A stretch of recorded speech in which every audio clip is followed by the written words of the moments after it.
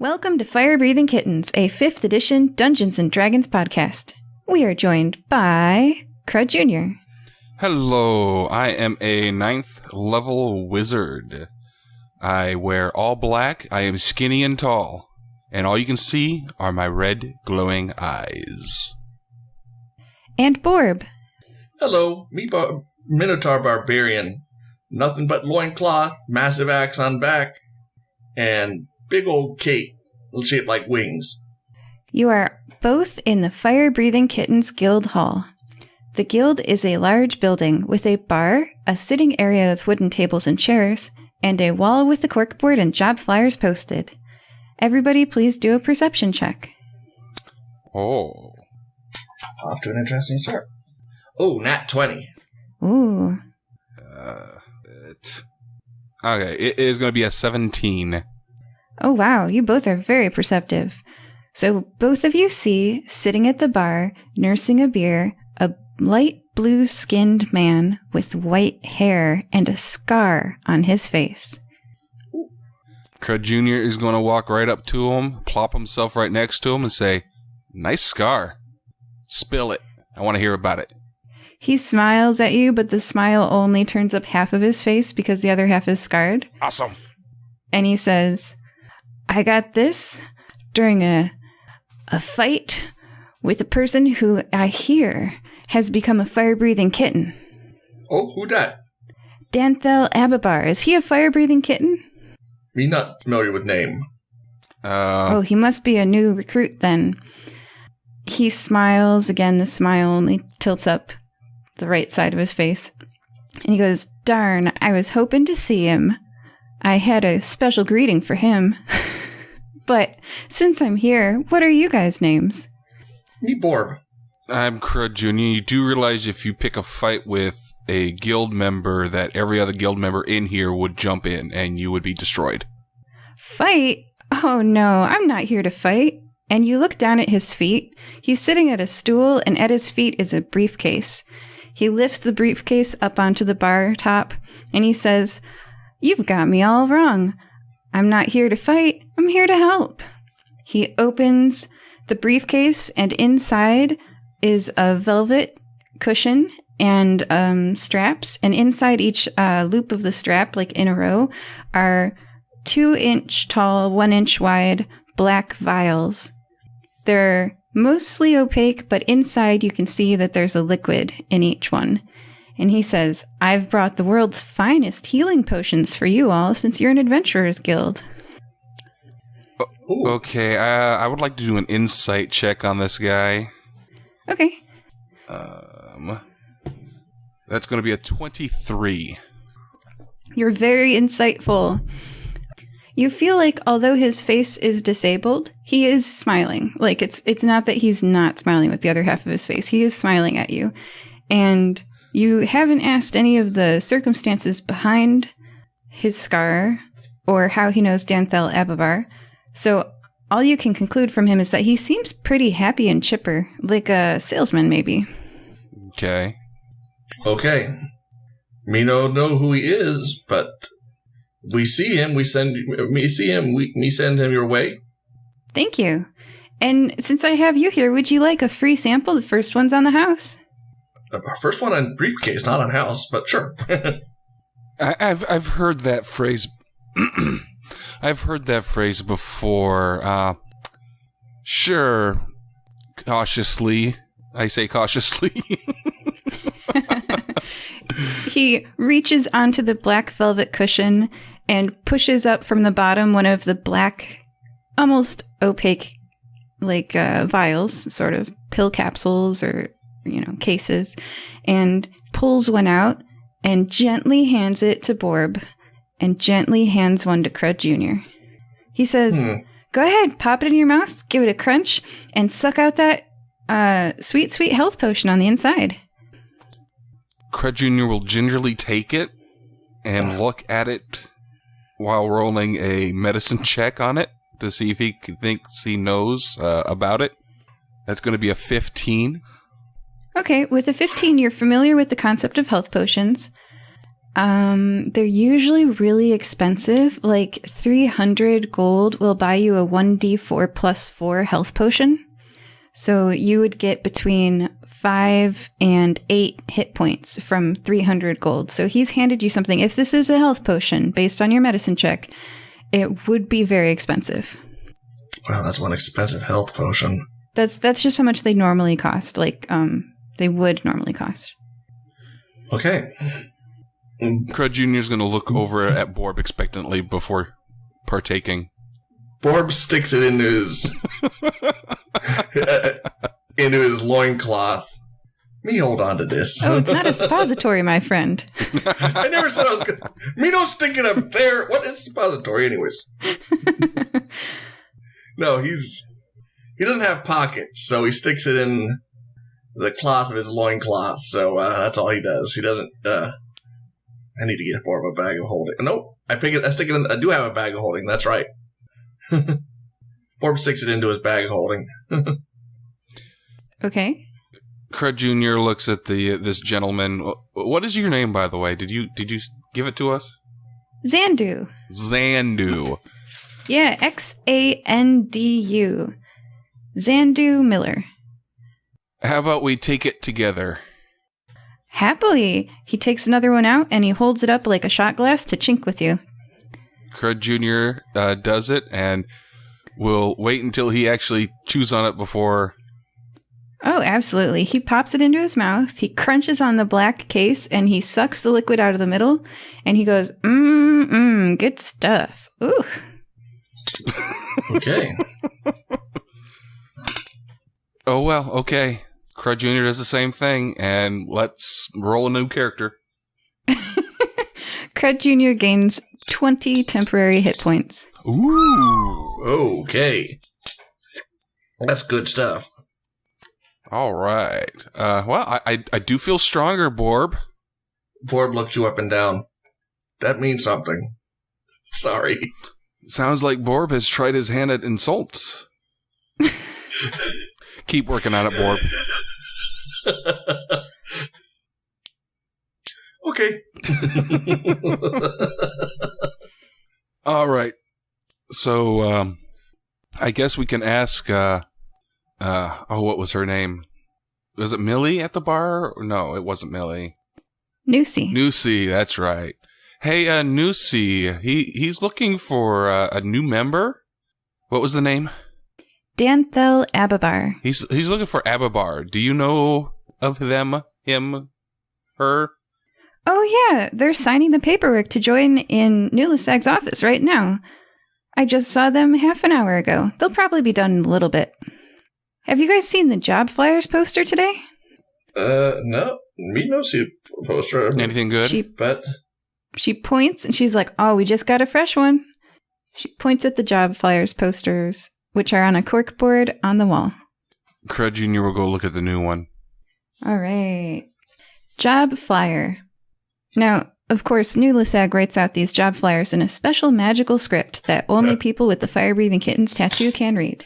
It says, I craft prosthetic teeth for a living, but I'm running out of ivory. My supplier hasn't been in contact for months, and I don't know what happened to them, but I really need more. I heard there are quite a lot of wart rat hogs in Utop Field that you could knock out and collect the ivory from, but I can't leave my shop or I'd miss customers who come in to buy things. Would you be so kind as to gather me more ivory? I doubt that Utop Field is dangerous. It's just an open plain of grass. Okay. Yeah, you doubt that it's dangerous. Yeah, I don't believe that. Yeah. Everywhere is dangerous, or we wouldn't have a job. Are there any other flyers, or just that one? There's just that one. Ah, okay. Well, Borb, I think this is the job. Looks like one. You want to go hunting? Sure. Me have nothing else to do. I will look at the map to identify where Utop Field is.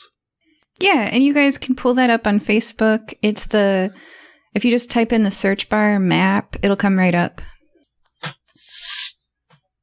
We really do have a map. Yes, we do. I've used it a couple times, so There we go. Okay. Man. Here we go. Found it. The map or the field? The map. Yeah. Okay, let's see. This is a big map. Okay, I found it. It's just to the southwest of town, so past Rhett's Wood. Yep. Yes, it is. Okay. I don't see it, but that's fine.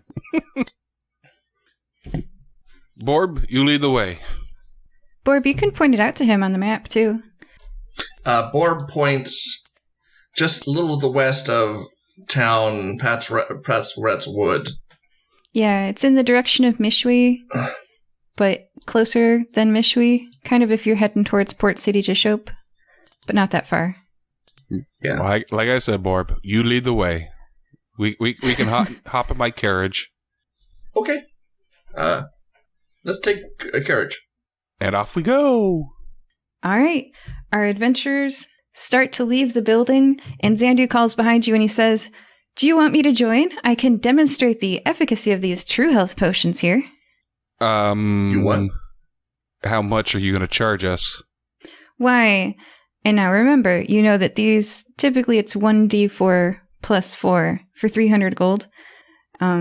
So maybe 2d4 or so, even for a good potion. So he says, well, market price, these are 10 gold each. I mean, you can come with us, and We have no gold, so... well, Oh yeah, Borb's in need. that's only if we buy any. He wants to come with, so maybe Borb can talk him into giving them away for free. Crud Jr. says on the side, if we even need him. You want him come? I mean, no problem. I don't care. We can use him for bait. We're going hunting. Borb simply nods and motions for the Xandu to follow. And with that, the blue-skinned man with the scar on his face and white hair follows along and hops in your carriage. Is Crud Jr. driving the carriage and Borb and Xandu are inside it? Yeah. Yeah, I have no ability to handle animals, so... Okay, well then that's how you set off. The carriage rolls down the streets of Nicomoy into Rhett's Wood, which is kind of like a thin forested area right outside of town. There are some houses here. It's a bit of like a suburbs area. And past that, the sun moves across the sky as the day passes. And it's now noon, and you arrive in Utop Field. Blue sky, a field of yellow grass waving in the wind. Sparse trees dot the landscape here and there. A slight wind rustles the grass and brings with it the scent of pollen, plants, and wet earth. It's a bit hot. Far off in the distance, the horizon blurs mountain foothills into the sky. Okay, so we're looking for these pig creatures. Yep. So, perception check for pig creatures. Alrighty. 3. Mine's not much better. Mine is 10 total. Okay, what's your passive perceptions? 11. 13. Okay, well that's higher. So they rolled a 5. And as you scan the tall yellow grasses waving in the wind, you see several black mounds of their butts and tails sticking up from the mound as something is present in the grasses. How big are these mounds exactly? Like we're talking like a 1-ton pig, you know. Oh. Okay. It's not a big pig. It's not like an elephant, but It's not a small pig either. it's not a Okay. piglet. Okay. Xandu says, "I'll stay in this carriage here. Holler if you need me," and starts scanning the area around nervously. Yeah. Well, me like pork. We eat after we get ivory. Yeah, I guess we need to single one out away from the rest of the herd. Oh, Borb pulls out his battle axe. Why? How many were there? 5. There are 5 butts sticking up from the waving grass. It is a group 300 feet away from you. Because that's... We bring lots of ivory back. That's 5 tons of pig. 5 tons of goodie? Robson Pell. You know what? You go ahead. You charge right in there. I'll stand about 120 feet back from you. Okay, then. Borb doesn't even have to wait for permission. So he's going in hot. Yeah, he is. Round 1, he moves how many feet? He can move 40 feet, so a dash would be 80 feet. Okay, you're 80 feet closer. Crud Jr., did you get any closer? Let's see. There's 300 feet separating us. A lot of my spells are either just in sight or like 120 feet. So you would probably be about 120 feet from them. It's 150. Or 300, or how far away are you? I'm going to stick with what I told Borb and just stay back 120. Okay. And now let's roll for their perception each round, as there's a charging minotaur coming at them. It's a little hard to miss. Okay. So you are about 100 feet away from them when they notice you. Okay. So everybody, please roll initiative. Of course. No. Okay. Oh, not bad. Not bad. That's a very good initiative roll, actually. I got an 18. I got an 8. Piglets scream and squeal and scatter to the winds from, I guess there were little babies under the grasses. And a sow raises up off of her knees where she was rooting with her nose into the grasses and sees you and charges. So, Borb, the group is 4 wart rat hogs 120 feet away from you, and 1 is charging at you. It can move 80 feet in its charge, so it is 20 feet from you, and it's your turn. I go rage, and... yeah, I think it's a good idea to do that. Yeah. I am going to... Since it's a half... It's not even a full movement to get to this thing, so I don't even have to move up that much to get to it. So, I raise my battle axe. You're 20 feet away from it, so you probably have to move. I move up. Yeah, it's only half my movement speed to get to this thing, so I move up to the boar and rage. Unarmored defense and reckless... No, when I say unarmored defense, I mean reckless attack plus great weapons mastery on this creature. Are you doing lethal or non-lethal damage? Oh, fully lethal. He's raged after all. Yep. That is 15 is my better of the 2.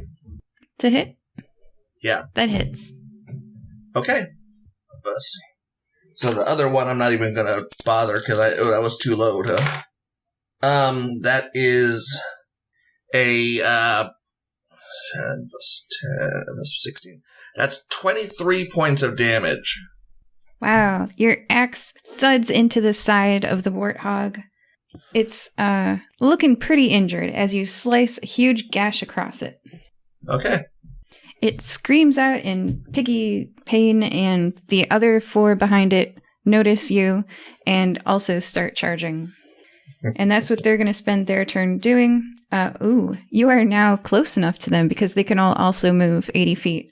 So, they're able to reach you. Okay. Well, this is what my character is good for, attracting the attention of multiple enemies, so... Yeah, you have. The first one that's next to you is going to try to gore you with its tusks. It's got... Unfortunately, they all have advantage against me right now, so... It tries to stick you with its... It's got a really weird face. Lots of protrusions coming out from it. Horns and fangs and like bones. And 2 of those very large bones are at the end of its snout next to its nose. and it whips its head around and tries to like side stab you with its front left tusk. Okay. AC of 16. Yes, that hits you. So the gore attack is a 26 to hit, and hits you for 14 piercing damage. Why is gore a bludgeoning damage attack? That doesn't make any sense. Okay, well, apparently it's bludgeoning damage, says the textbook, but it makes more sense that it's piercing damage because it's literally stabbing you with the... Anyway, so take piercing damage. Okay. Was that 14 piercing damage? I'm not good at math. Hold on. 14, yes. Yeah, okay. But I only take 7, so... All right. That was the first. The other 4 are going to charge and try to ram right into you. This is going to be a little bit of math. Please pardon the dice as I do this for like a minute straight. I'm sorry. Oh, no, Okay, so the first of the 4 that are charging at you rolls a 19 to hit. The second rolls 11 to hit. The third... Don't forget the advantage. Oh, my gosh. That's a 17 to hit, so does the second one hit you too? Oh, man. The third one's going to try to hit you with advantage. Again, a 17 to hit. And the last one is going to try to hit you with advantage. That's 24 to hit, so all 4 are going to hit you. Oh my gosh. That's the disadvantage using reckless attack. Every attack after that round. Yeah. And then Crud Jr., you've got a dice roller up. Yeah. Can you roll me 8d8? I sure can. Plus 20. Plus 20? Okay. Yeah. That's going to be 60 points of damage. Borb, please take 60 points of piercing damage. As 4... So 30 points. So yeah. So Borb only takes 30 of that. So and remember that with temporary hit points, those 20 go away first. I haven't taken the potion. You haven't taken... Only I did. Okay. Also, since they hit you with a charge gore attack, you also are knocked prone. A prone creature's only movement option is to crawl unless it stands up and thereby ends its condition. The creature has disadvantage on attack rolls, and attack roll against the creature has advantage if the attacker is within 5 feet of the creature. So no strength check against that or anything? Oh, there is a strength. Okay, roll a strength saving throw. Sorry.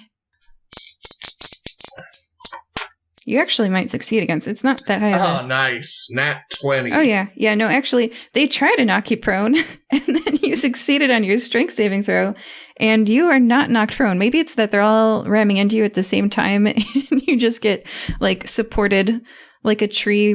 Have you ever seen trees held up by ropes from equal sides? Yeah. If you pull on it from multiple directions, it won't fall over. So being pushed on by 4 boars, you are not prone. Okay. Now it's Crud Jr.'s turn. You're 140 feet away because they moved up 20 feet from 5 boars, which are attacking Borb. Yeah, which after that happened changed what I wanted to do. I think I'm going to have to go... I'm sorry, Borb, but the best thing I can do right now... Oh, I can't do that because I'm not close enough. Never mind. So I guess I'm going to go with the Arcane Hand. That I already rolled the to hit. That was a 25 to hit, and it doesn't matter which one. Okay. Pick one. There's between 1 and 5 numbers. So pick 1, 2, 3, 4, or 5. We'll just go with the classic 1. Oh, that's the one that had already taken damage from Borb, and 25 will knock it. Is this lethal or non-lethal damage? Oh, that's just a hit. That's not my damage yet. Okay. Well, that hits. Oh, there it is. Okay. That is going to be 15 damage. Ooh. Describe what happens as you knock this creature down to 7 hit points.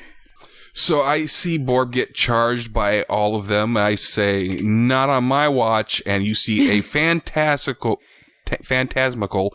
hand appear out of nowhere and then just backslap it right across the hiney. And the boar is still standing, but just barely. Okay, that means things are going to get fun on my turn. And it's almost your turn, but first, Crud Jr., do a perception check. Oh, okay. That is going to... Well, I'm sorry. That was not 40 20s. Only one. 14. Okay, 14's not bad. So you happen to glance behind you, where about 200 feet-ish behind you, there's the carriage, and leaning out from the carriage is the blue-skinned, white-haired man, Xandu, and he is cheering you on with his fist pumping the air, and he says, "Yeah, you can do it, guys!" And he is screaming very loudly from hundreds of feet away his support for you guys. Why don't you get your lazy butt out and help? He goes, "Not my thing!" And you owe Borb another health potion then. That'll be 10 gold. And now it is Borb's turn. Not if you're supporting us, it's I not. got one hit against number 1 for 24 points of damage. Yeah, that hits. You told me to hit. Its AC is 11, so did you get above 11 to hit? Yes. Yeah, okay. And that means the second one actually hits then too. Great. Yeah, well, it's very dead with... Okay, that means, thanks to Great Weapons Mastery effect, I get an extra attack against this thing. So as you swing your axe, kill the first one, you can turn around and hit a second one? Yes. Basically, if I kill a creature with Great Weapons Mastery effect, I get an extra attack my round, so... Yeah, you do. And since the second attack that I thought probably you missed, which was exactly 11... Need it to beat it. You hit the second warthog for how much damage? That is 22 points of damage, and then I'll use my third attack, thanks to Great Weapons Mastery, because I typically only get 2 unless I kill something. Yeah. That is a hit, so that is a 25 points of damage. Oh man, that one dies too. You slash through these wart-rat hogs like they're nothing, and they're, I don't want to be gory, but let's just say 2 down, 3 to go. Yeah, too bad I only get 1 extra attack with the Great Weapons Mastery, but oh well. Yeah, hey, that was a very good extra attack. Yes, it was. The sows are up. They see 2 of their comrades go down, and the piglets are running off into the distance. The piglets seem safe, and the 3 are going to make up their minds about whether or not to keep fighting you. Okay, 2 of them are certain that they want to keep fighting you. One of them, not so much. That one is going to try to flee. You can make an attack of opportunity against it as it tries to run away. Sure. Although I doubt I'll be able to do enough damage against it to... That's a hit. That's a 16, so... Yeah? How much damage do you do to the fleeing sow? Since I can't use my Great Weapons Mastery on an attack of opportunity, I will do straight regular, so that is 10 points of damage to the fleeing sow. Okay. She escapes with her life and runs off for the horizon, joining the piglets that are going wee-wee all the way home. The 2 that are next to you are, now they do get, is there like flanking in 5th edition? I don't remember. No, there's not. Yeah, it gives advantage. There's not? Okay. No, there is not. No. They did away with that. In previous editions, they would have done a thing that they're not doing now. So, they are going to attack you. Okay. The one gets a 16 to hit, and the other one gets above a 20 to hit you? They both hit. Oh, they both hit. Okay.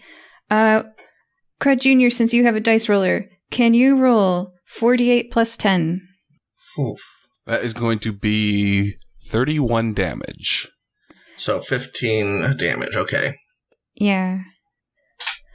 So you take 15 piercing damage as, turning their heads to the side and lifting slightly, they use their large tusks to gore you, and I guess it says bludgeoning damage. We're going to go with piercing damage and pierce you with their ivory tusks, which are, if we were to describe shades of ivory, maybe the highest quality ivory would be like white colored.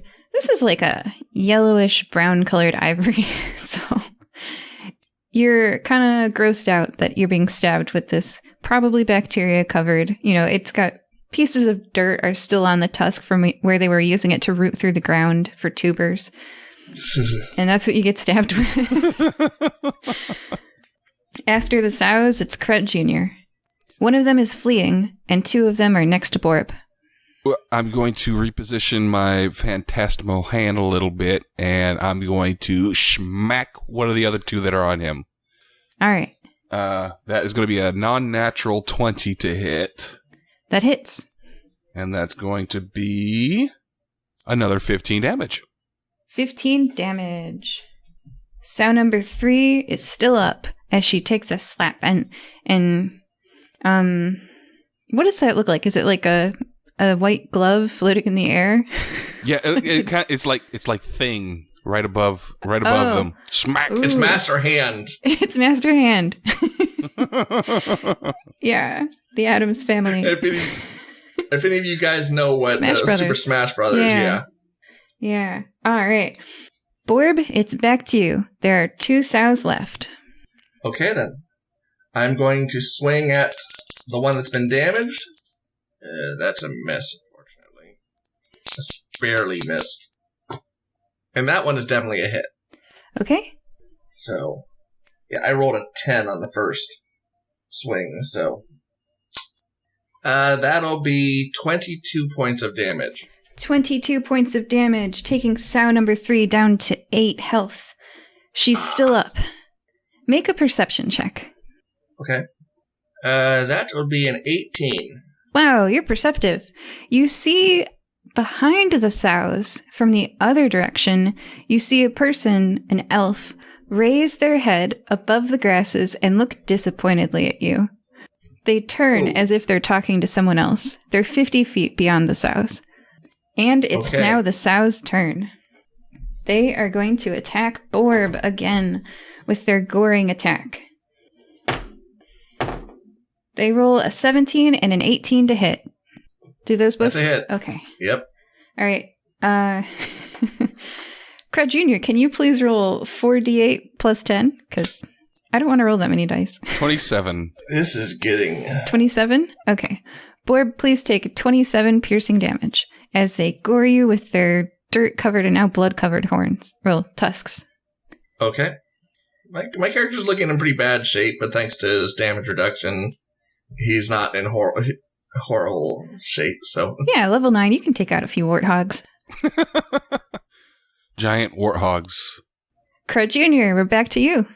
That was a 19 to hit.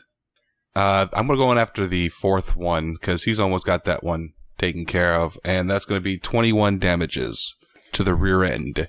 Yeah. It goes down to 24 hit points.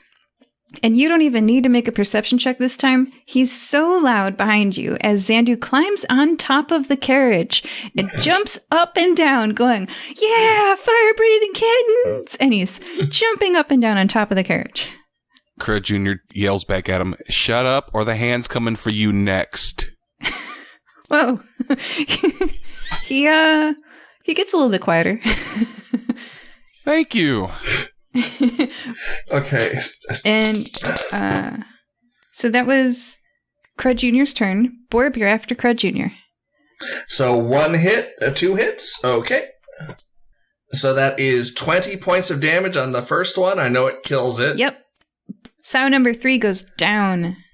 And second hit hits, so that's only 17 points of damage that time. Borb brings his axe up, slicing through sow number 3 lethally, and then down upon sow 4, who survives. So I get another attack then. Great. Yes. Because technically I killed the first one, so... So thrilled at the death and blood. Like, I'm picturing there's a lot of splatter. I'm just knocking him around. 18 points of damage to the last boar. He strikes again at the last sow, and she's down too. 4 defeated wart rat hogs lay on the ground before you. Their offspring and the chicken one have run off. They're far away. And the sound of the cheering air genasi jumping up and down on the carriage is all that you can hear as the dust settles. Crud Jr. So my moves just the spins the axe hand. Clips it onto his back. You both talked at the same time. Sorry, I didn't hear either one of you. Borb puts the axe very fancily on his back, is what he said. Yeah. And Crud Jr. moves that his big hand over to the carriage and makes it wag its finger in his face. Yeah, definitely master hand. Okay, so I go over towards the elf that I just saw. Oh, you do? Okay, you move. Are you dashing or walking? I'm walking. Okay. How far away were they? They are 50 feet beyond you. Okay, they I'll walk. are 50 feet plus the 80 feet charged by the boars. So 130 feet from you. Okay, so I'm going to dash up because that'll bring me within 50 feet of them. Oh my, make a persuasion check. Let's see if you seem friendly when you're dashing. He's covered in gore. I highly doubt it. Borb has a big friendly look on his face while he's doing it. Let's let the dice decide. Okay, persuasion. 10. Uh-oh.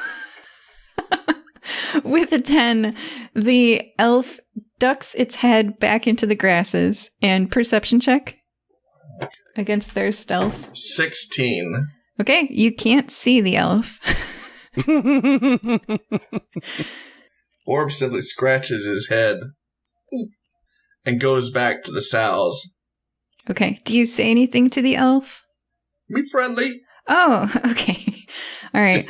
Well, as you go back to the sows, are you harvesting them or? I'm just picking it. We just gut it and put them in the carriage and just take it all, sell the meat. Okay. Yeah. How much does a whole pig sell for in like a butcher's market? A ton. Yeah. And these are weigh a ton, so these are going to be...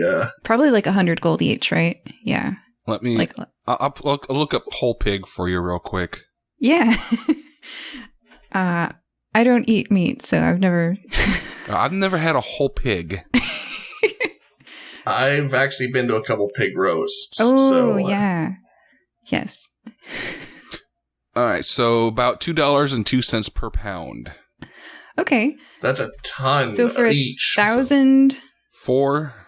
So 4 tons at, say, 2 gold a beat.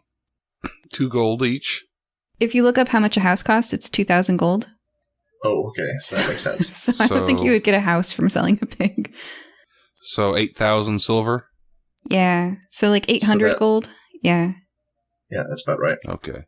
Not quite a house. You're not going to get a house from this, but yeah, 800 gold if you find a good buyer. Okay. So, first, let's deal. So you're cutting into the boars and you've said that you're friendly. How much time would pass? Let's say about half an hour. And the elf, now convinced that you're just adventurers cutting up. Minotaurs are not the most common race, but also not that rare. And you seem to just be adventurers harvesting boars. So the elf comes up to you and says, "Hey, hello. I saw what you did from a distance there. That was real impressive." Thank you. You know, I was going to fight those boars myself, but I was like, I couldn't tell if I could take them. Do an insight check. Okay. I'm not that great at this, but I'll do my best. Oh, I'm just my dice likes the 20 today. You got a nat 20? Yes, I got a nat 20. Okay. He blinked when he said the last statement, and his eyelid gave like a twitching. Oh. Yeah. This guy isn't telling the truth. And from up behind you comes Zandu, the air genasi with a scar on his face. And he goes, "Oh, are you an adventurer from the fire-breathing kittens too?" to the elf. And the elf says, "Oh, me? No." He laughs. He says, "My name is Jay Tolbeck. I'm with the Moody Booksellers." Oh, books? Oh, well, we're like a less strong version of the fire-breathing kittens. We couldn't be as strong as you guys. Well, yeah, you couldn't even. You didn't even think you could take pigs. Have you seen those pigs? Those are big we just pigs. killed 4. Yeah, and they hurt. And they hurt a lot. Jay goes, oh, well, you guys are so strong. I could never do anything like that. And Xandu's the air genasi with the scar on his face. He goes, well, Borb, didn't I give you a free sample for you to try? Yep. Borb reaches into his bag of holding and pulls out the free sample. Good point. And crunches it in his mouth. As the black shell breaks and the warm liquid fills your mouth, you gain 20 temporary hit points. That helps a lot. Jay looks at you biting into that black capsule and says, what was that? Potion. Drugs. What kind of potion? Drugs. Health. Oh, is that why you guys rushed in and fought those boars with no hesitation? Well, wow, where'd you buy that? I point at him. Me do that anyways. Just potion helped. Yeah, well, I stood back 120 feet, and he's, low intelligence, so. Xandu holds out his briefcase full of the black velvet interior with the little loops of fabric that are holding black capsules. It's very shiny and elegant. It looks great. Designed to sell. And he says, oh, are you interested in these? These are the TruHelth potions. TruHelth is a magnificent product. It'll heal you 20 temporary hit points. The elf Jay Tolbeck says, 20 hit points? That's a... Wait, how much are those? No. Xandu says, the first one is free, and then afterwards they're only 10 gold each. See? Drugs. Jay says, looks at Borb and Crud Jr. and says, I'll try one. Xandu pops one out from the fabric loop that was holding it secured to the velvet and holds it out to Jay. Perception check? Sure. There's no way it's 64. I rolled a 1. That's a total of 4. Borb sees nothing. That is going to be 19. Oh, okay. Crud Jr.'s paying more attention here. Borb is still... He always does. Yeah. Borb is still excited from having fought the wart rat hogs. And Crud Jr., you see a second elf in the grass, hiding. Not well. Hi there. She had peeked her head up to watch as Jay Tolbeck, the elf, took one of the potions, concerned. And now that she's peeked her head up and you saw her, she says, playing that off, dusting herself off like, no big deal. And she walks forward and says, Jay, what are you doing? Jay is currently guzzling a health potion. And Xandu says, he's trying TruHelth. Would you like a sample as well? She looks nervously at the salesman and at her brother. Come on, it's cool. Everybody's doing it. She politely declines. No, I'm good. I don't need any healing. And Jay goes, these are great. I want to buy more of these. He takes out a purse at his side and he says, how much gold do I have on me? Let's see. Can I buy 6? And he hands over 60 gold to Xandu. Xandu hands him 60 black cases. You mean 6. Sorry. Xandu hands him 6 black cases. No, that's too many. Okay. And Jay goes, thank you. And he looks at Crud Jr. and Borb. And he says, man, maybe with these, I could be as strong as you guys. That's awesome. He's looking up to you both a lot. There's a lot of admiration on his face. Maybe. Not likely. So you guys have successfully butchered... Well, let's see how you did. Please roll some kind of... I think it's nature or survival. Survival. Please roll a survival check. Let's see how well you butcher these boars. This is not one of my strong suits. 15. Okay. Where is my survival check? I got something at least. Oh, well, that's nice. I got a 22. All right. With a 15 and a 22, Crud Jr., there's blood in your carriage because you rolled a little bit low. So you're going to need to wash that out. Maybe reupholster it. It's all right. But you could definitely pile those boars up on top of your carriage and take them back into town. Borb cut the guts out of them very swiftly and efficiently with his axe. Oh yeah, Borb is good at cutting things. Jay Tolbeck, the elf from the Moody Bookseller, says, do you mind if we catch a ride with you back into town? It's a really long walk. Sure, why not? Oh, thanks for offering my carriage, Borb. No. I'll take the. Borb goes over and picks him up. I'll take their fee out of your portion. Borb goes over and picks up the owner of the Moody Booksellers. Never said how he wanted to get a ride. Oh my! So you're trying to lift the elf up?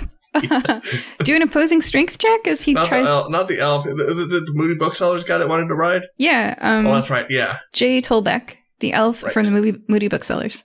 Yes. All right. That is a total of ugly 20. With an 8, Jay does not succeed, and you have an elf on your shoulders. He looks a little concerned, and his sister, Anastasia, goes, Jay! But that's all they can do about it. He wanted a lift, and that's technically what he got. The Minotaur looks pleased with himself, and his tongue sticks out of the side of his mouth. Yeah, I can actually see that. Anastasia goes, I guess I'll join you guys. And she goes up to Crud Jr. and she goes, can I ride in the carriage? Yeah, go. Okay. So Anastasia and Xandu are going to sit in the back of the carriage. And I guess Borb and Jay can sit in the seat across from them. I'm imagining 2 facing seats. And Crud Jr. can drive the pig-laden carriage back to town. This gives you guys a bit of a chance to talk, not Crud Jr. here on the outside. Xandu's going to have a chat with Borb and Jay and Anastasia Tolbeck. They start out with a compliment. Jay says, how are you making such wonderful healing potions so cheaply? This is great. Xandu says, oh, it's TruHelth. TruHelth is the world's leader in innovative potion techniques. We've created a process that can make an excellent potion for a much lower price. And if you want, you can join our team. Jay looks thrilled at this idea. Crud Jr. looks very scheme. Sad. Welcome to old-timey Amway. Crud Jr. is so happy he's not in there. Xandu says, oh, I'm so sorry, Borb. You're going to fall for it. You're an idiot. Xandu says, the whole point is not to sell a product, but to build a network, a family of people who are all representing the same product or service to share with others. Crud Jr. shaking his head. Borb, please make an intelligence saving throw. Thank God for my character's newest magical item. This isn't intelligence, this is wisdom, because it's you can be smart. And still fall for it. But not wise. Yeah. Please. 13.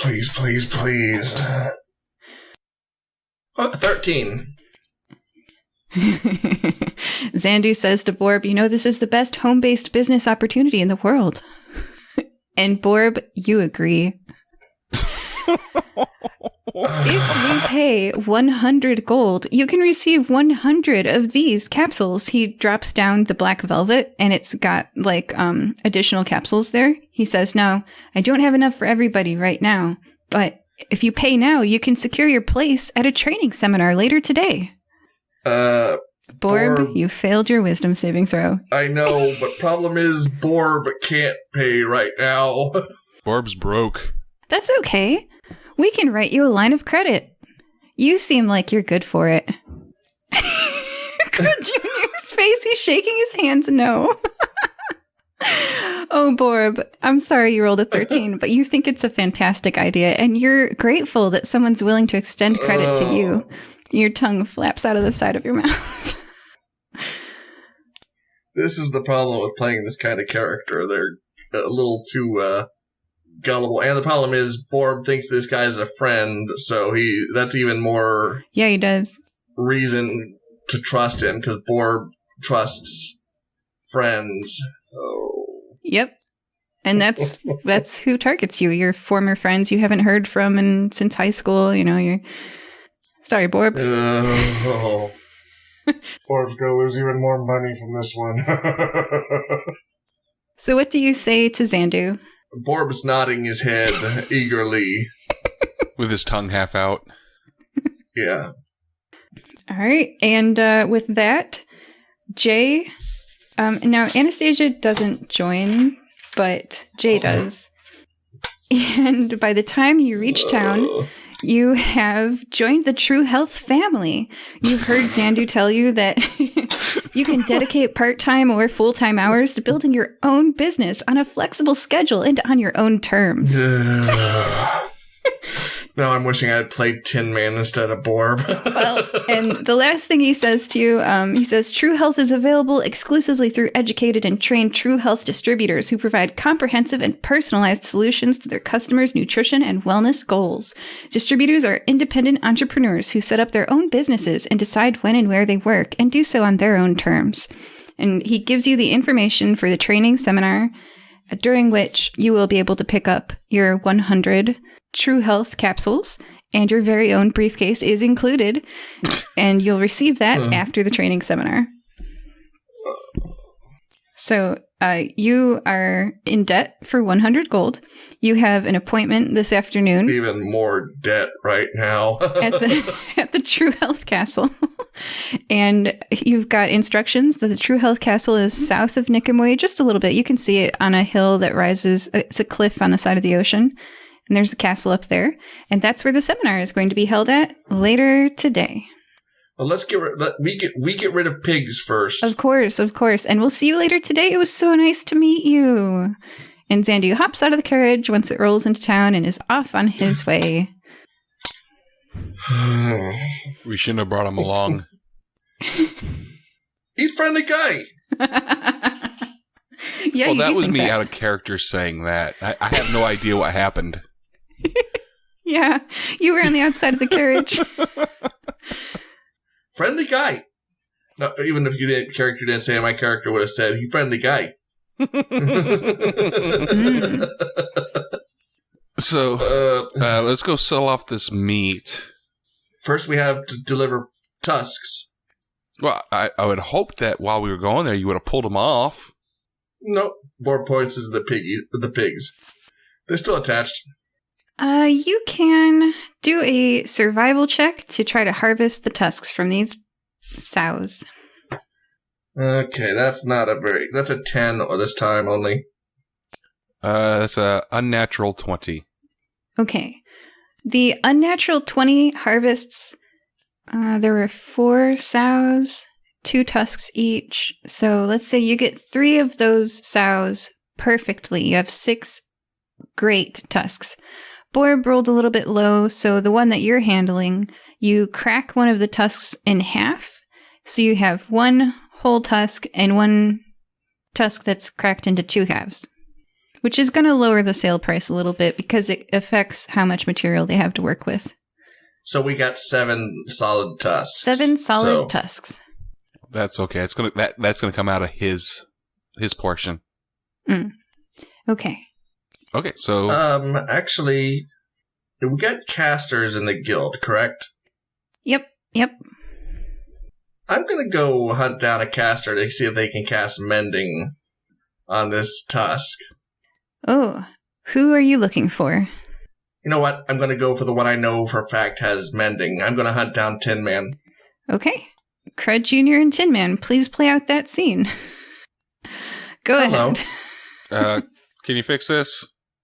Borb screwed it up, and he's an idiot.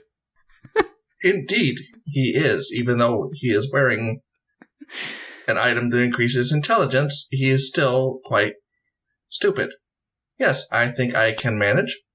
Okay, thank you. Have a nice day. It is a simple spell, cantrip, really, so 1 whole tusk. later. Okay. And that cameo was from Tin Man, the non-fleshy, the mechanical construct artificer. Yeah. All right. The only caster I know, the only caster in the guild I know for a fact has mending. So, Yeah. Crud Jr. doesn't have it. He does not mend. He destroys. So, all right. And you're able to go to the meat market. You get 800 gold for selling the bodies, and now you have the ivory. okay. We head over and deliver the ivory. Okay, you go to a dental office. This is the person who crafts prosthetic teeth, works in a dentist office, and you're able to sell these prosthetic teeth for another 1,000 gold. Okay. So 200 for Borb and 800 for Crud Jr. because he broke one and offered rides and... No, I'm kidding. Okay, so that's 1,800 gold divided between the two of us. It's 9 That's each. 900, yeah. All right.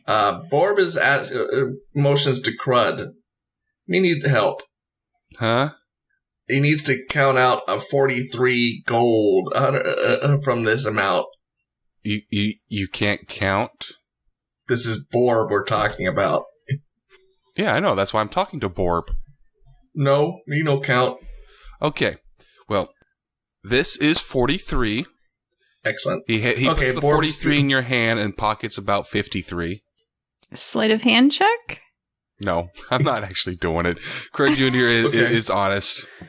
Borb puts the 43 gold into a pouch. Is there a post office in town? I have to ship this money. There is, and you can. It'll cost you 2 gold to ship it to whoever you want Okay, so... in Guaso. Yeah, it's going to the town I currently owe the rest of the fine to. Oh, were you 43 gold short? Yes. Oh, that's nice of you. All right, there's no warrants out for your arrest. You're fully paid up. Good. My character is paying off what he owes, so... Yeah. That wasn't a very profitable adventure. That No, one it cost you wasn't. money. Yeah. Well, you've got quite a bit of cash now. I think it's something like 1 gold for staying in like a really nice hotel, basically, for like a day. So you could live on this 800 plus gold for a while. Minus 100 that he owes Amway.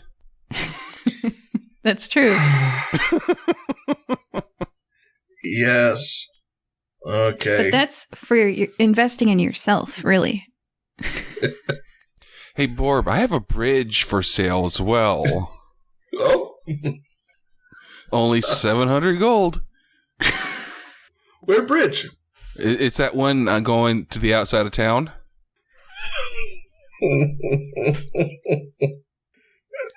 Borb looks at his gold, looks at it.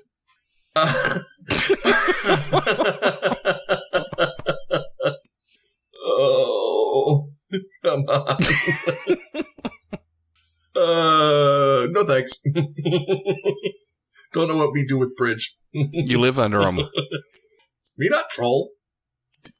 You only think trolls? I mean, oh, come on. You need to expand yourself, man.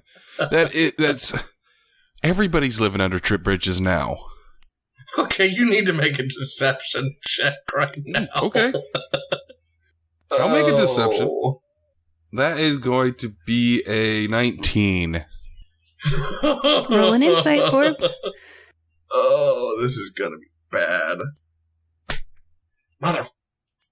No. For you viewers at home or listeners at home, he is right now very, very angry, throwing his head back and cursing his lot in life. But laughing. All right, well, Borb, are you out of money again? What just happened? Do you really own a bridge, Crud Jr.? You do not. No. Okay, well, And that's neither- gonna... Neither do the other people who sell bridges to idiots. Yeah, all right, It's a common scam. Borb, you feel like you own the South Bridge. Yeah, congratulations. You're 700 gold richer, and I'm I'm going to be losing so much money from this. You sound perfect for TruHelth. So, speaking of, it is around about the time for you to head to the TruHelth mansion on the hill. Crud Jr., Yes? your friend Borb is going to a training seminar for his new job. What do you do? It sounds entertaining. Are you joining? Yeah, it sounds entertaining. Oh, all right. Well, Borb, you've been given directions to this mansion. I'm gonna read you about it. You look southeast towards the ocean and down the coast. In the distance, a cliff rises high into the sky. At the very top of that cliff, difficult to see from afar, is a sprawling mansion, a castle in the sky. You could walk there from here. Yep. Borb is walking there, completely not understanding what's going on, but Crud Jr. is riding on his shoulder. Borb, are you cool with that? sure, why not? And they head off to TruHelth Castle. As you ascend the hill, the castle becomes more and more prominent. From this land side, a tall stone fence protects the castle from any prying eyes.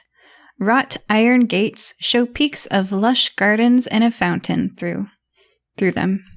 As you approach the building, the stone path up to the house widens at the end to encompass a fountain. 2 arches frame the front door, curving to meet together up at the second floor. The large door looms in front of you. All right. Well, I'll just marking down my place where I just coughed, so. All right, so I knock on the door. Knock, knock, knock. A smiling gnome opens the door for you and ushers you inside. Inside, there is a wide hallway with a high ceiling. Fairy lights decorate a doorway on the left that opens to an extravagant ballroom. Tall networking tables dot the inside of that room, and there are a bunch of people here. They are all mingling at the networking tables, eating hors d'oeuvres and chatting. Giant letter statues that spell the word INSPIRE stand outside that door. A guard stands next to the door and is checking name tags as people enter. Straight ahead, 3 sets of doors open to an auditorium with rows of chairs. Another 3 guards are standing next to these doors as well, and they are also checking name tags. Actually, scratch this. The moment you step inside, we are going to take a break. Yay, break! Joining us this time were Borb Hello. and Crud Jr. I sold a bridge. Yeah, you did. And Borb's gonna be ticked once he finds out he was scammed. We'll see you all soon. Bye-bye. Bye. We hope that you're enjoying this episode of the Fire Breathing Kittens podcast. Please leave us a review on iTunes.com. You can subscribe to receive new episodes through your podcast player or by visiting firebreathingkittenspodcast.com or finding us on YouTube. Can you think of someone who might enjoy this podcast? Please share it with them. We don't pay to advertise this show, so the only way we can grow is through the support of listeners like you. Thank you. Welcome back to Fire Breathing Kittens, a 5th edition Dungeons & Dragons podcast. We are joined by Borb Hello. and Crud Jr. Howdy. Everybody, please roll a d20. 4. 15. The number that I'm holding up, can you guys see my camera? Yeah. 7. Who's the closest to 7? Crud. Well, why don't you roll a wisdom and we'll see. So, Crud Jr., please tell us what happened last time. Last time, we started in the guild hall, as you know we are prone to do, and we saw a guy at a bar, white hair and what blue skin was it? Yeah. And he was selling some vials out of a briefcase. The first taste was free, so we grabbed some, and apparently we got 20 HP, temporary HP, for partaking of this very lovely concoction. So after that, we went over to the job board, and they said the job board had one job on it. It was to go and hunt down some pigs. It did say knock them out, but, I'm getting ahead of myself there. And so we went to go hunt down these pigs to grab the tusks, the ivory tusks, to sell to a dentist. We got there. There were 5 one-ton pigs in the field. Oh, and that sales guy came with us, which was, looking back at it now, a bad decision. Yes. But we get there. There are 5 one-ton pigs there, and Borb charges. So Crud Jr. hangs back about 120 feet as he is wont to do. And Borb gets in there, starts hacking and slashing. And eventually, between the two of us, we defeat 4 of them. The 5th one and a bunch of piglets escape, which, is fine. We need to keep the species replenishing itself. But yeah, Borb murders 4 of them. And the guy we brought with us is sitting there cheering. Crud Jr. had to threaten him a couple times to shut him up. And there's also 2 elves there. We got talking to them a little bit. The guy was very, very happy to get the first taste, and the girl was like, no, I'm smart, I'm not doing that. So we end up driving the cart back. We load up all the pigs. We actually got about 800 gold for the bodies, and another, what was it, like 1,000 for the tusks. And on the trip back, Crud Jr. was driving, so he didn't fall for it, but yeah, Borb is now part of Amway, and we were, after being sold a bridge by Crud Jr. as well, we're going to his Amway meeting. Okay, yeah.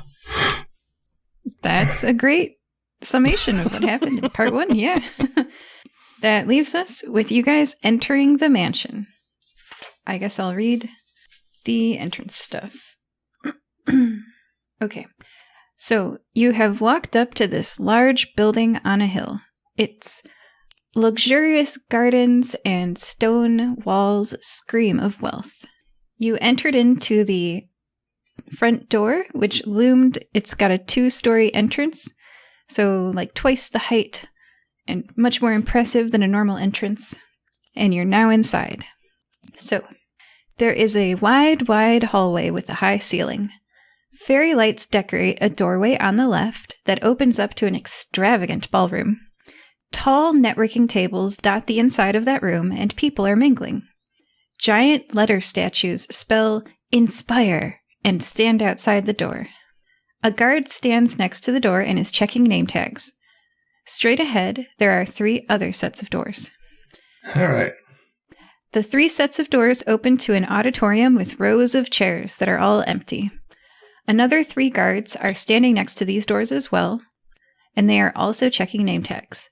On the right, people queue in front of a line of tables to receive something from staff standing behind them. Okay, there's food, and that's the first thing on Borb's mind. So, this is your show, buddy. We go wherever you want to go. Is Borb going to queue? Sure, why not? Okay. Borb stands in line. He is a tall minotaur with a tongue hanging out of the side of his mouth, standing in line behind elves and humans and half-elves and orcs, and he reaches the front where there is a table, and you can see actually now that you're closer is that the table has a bunch of bags on it. They're cute bags that have been done up as presents, and as you step up to the front, the person behind the table says, "Name?" Borb. Borb. Let's see here.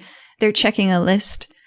They look down the list of names and see yours, and they say, "Aha, yes, we have you here." She scratches the name off of the list, and she hands you a bag and a name tag.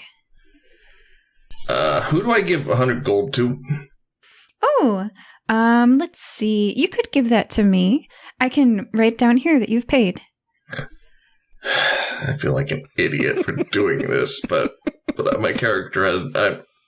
I gotta role play it, so... Borb drops 100 gold. Thank you for joining the TruHelth family. I feel like a complete sucker, but this is how I designed Borb, so...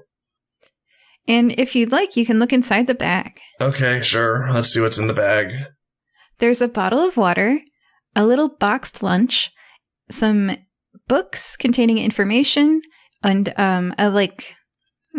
it's got TruHelth stamped on it, so it's like a promotional water bottle that you can use long term.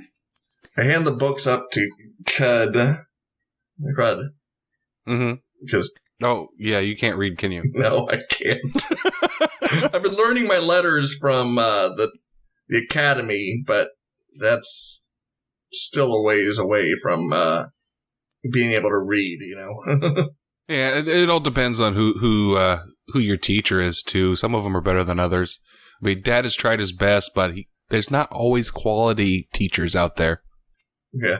Okay, so I look at the books. What do they say? They're mostly pictures. They say things like, the best home-based business opportunity in the world, part-time or full-time hours, invest in yourself. Yeah. Stuff I like hand that. them back down and tell them, these say, make lots of money easy. Okay. No training needed. Exactly.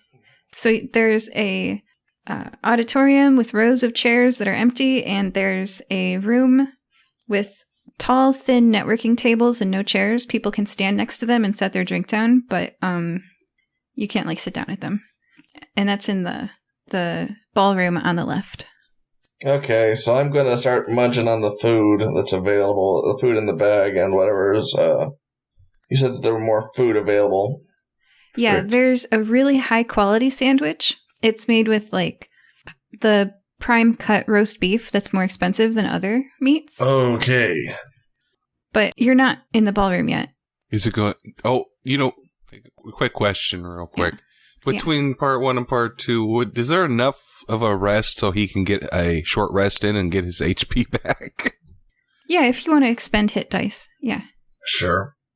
Okay, and then Crud Jr., you don't Yes. have a name tag. Oh, you know what? I have a solution for that. As she was going through the list of names, I want to peek and see one and use that name. Oh. Okay, do both a stealth and a perception check. Okay. Well, the perception's in at 20. Oh, yeah. So you see the name. The question is, does she see you? And the stealth. That is going to be an 18. For stealth? Yes. Okay, let's roll her perception. Oh, NPCs. She doesn't see you, seeing the name. Oh, okay.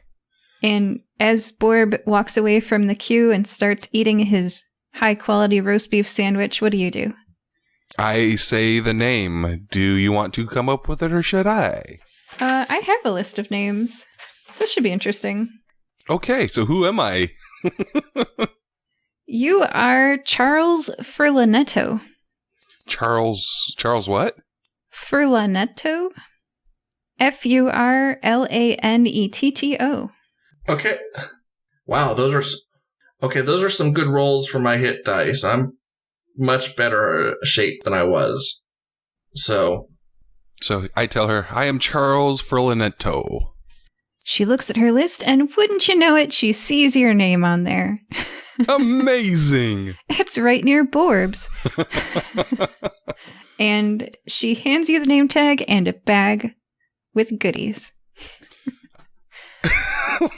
I walk over to Borb and whisper to him, while we're here, my name is Charles. okay.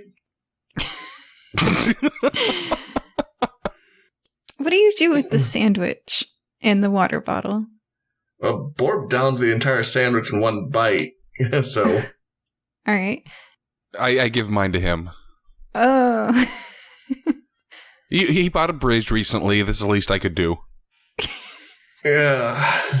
All right. The two of you are able to pass freely into the ballroom. The guards will see that you're wearing name tags, and that's no problem. They wave you on in, and you follow the flow of people into this exquisite, elaborately decorated with fairy lights place. So the floor is a thin carpet designed to be easily cleaned, and the ceiling has chandeliers. There are also like bunched cloth making fabric. What do you call that? I don't know. It's fancy. It hangs on the wall and decorates. Oh, the tapestries? Yeah, but they're like you put them on windows sometimes at the outside, like on the edges of the window. Curtains? Yeah, they're like curtains. Decorative curtains. Decorative curtains. And there are a bunch of people around you. What do y'all do?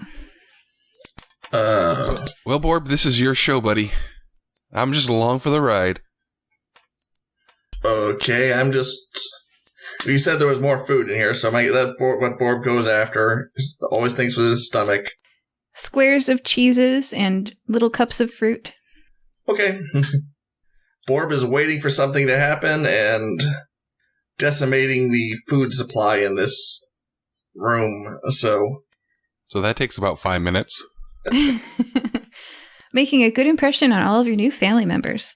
Okay, everyone starts to shuffle outside and into the auditorium. Borb grabs a large handful of the cheese squares and walks into the auditorium. That is the right thing to do. Okay. And you are all now there are rows and rows and rows of chairs. There is a blonde human standing on the stage as everyone sits down. Do you sit in the front, the middle, the back? What do you want to do? You looked at Crud. Oh, well, let's sit in the very, very front, very first row, right there in front of her, right in front of the podium. Okay. Borb takes up 3 chairs to sit down, and about 4 or 5 rows behind you, can't see a thing. Yeah, you're like 7. You're both very tall. All right. Yes, we are. Okay. That's why the best place for us is right there, smack in the front. Well, the people behind you don't agree, but you're there. Okay, so, and standing at the front is a blonde, beautiful human. She's middle-aged, but her face is made up. She looks beautiful, She takes good care of herself. She stands at the front and she says, "Well, good morning!" And everyone claps and cheers a little bit. She says, "It's so good to have you all here today. I'm asking for your grace today. I've been fasting, so if I pass out or something, just feed me a bit of a brownie and I'll pop right back up. My son is 5 years old. Who else has kids in here?" Some people raise their hands. "We're going to be raffling off this box of assembly toys today." She holds up a box. It's got a picture on the front of it of a carriage. And you can hear it rattle as she picks it up, as inside there are pieces to build the carriage. Kids always expect the picture on the outside to be what's in the box. Am I right? The first time my son opened one of these, he was like, "What's going on? We need to return this. What's this thing?"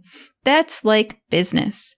Sometimes as entrepreneurs, we open up the box and we start our business, and we want it to look like the picture on the outside of the box. Sometimes it's just those little pieces. And we say, "Wait a minute, this doesn't look like that." And the process doesn't look like the promise. They say you remember 5% of a lecture. So if I just stand up here and talk, you're only going to remember 5%. If I do a demonstration, though, you'll remember 30%. In a group conversation, you remember 75%. If you now teach what I'm saying to another person, you will have a 90% retention rate. So how many people here today will commit to sharing this with another person? Raise your hand if you're willing to commit to doing that. Do either of you raise your hand?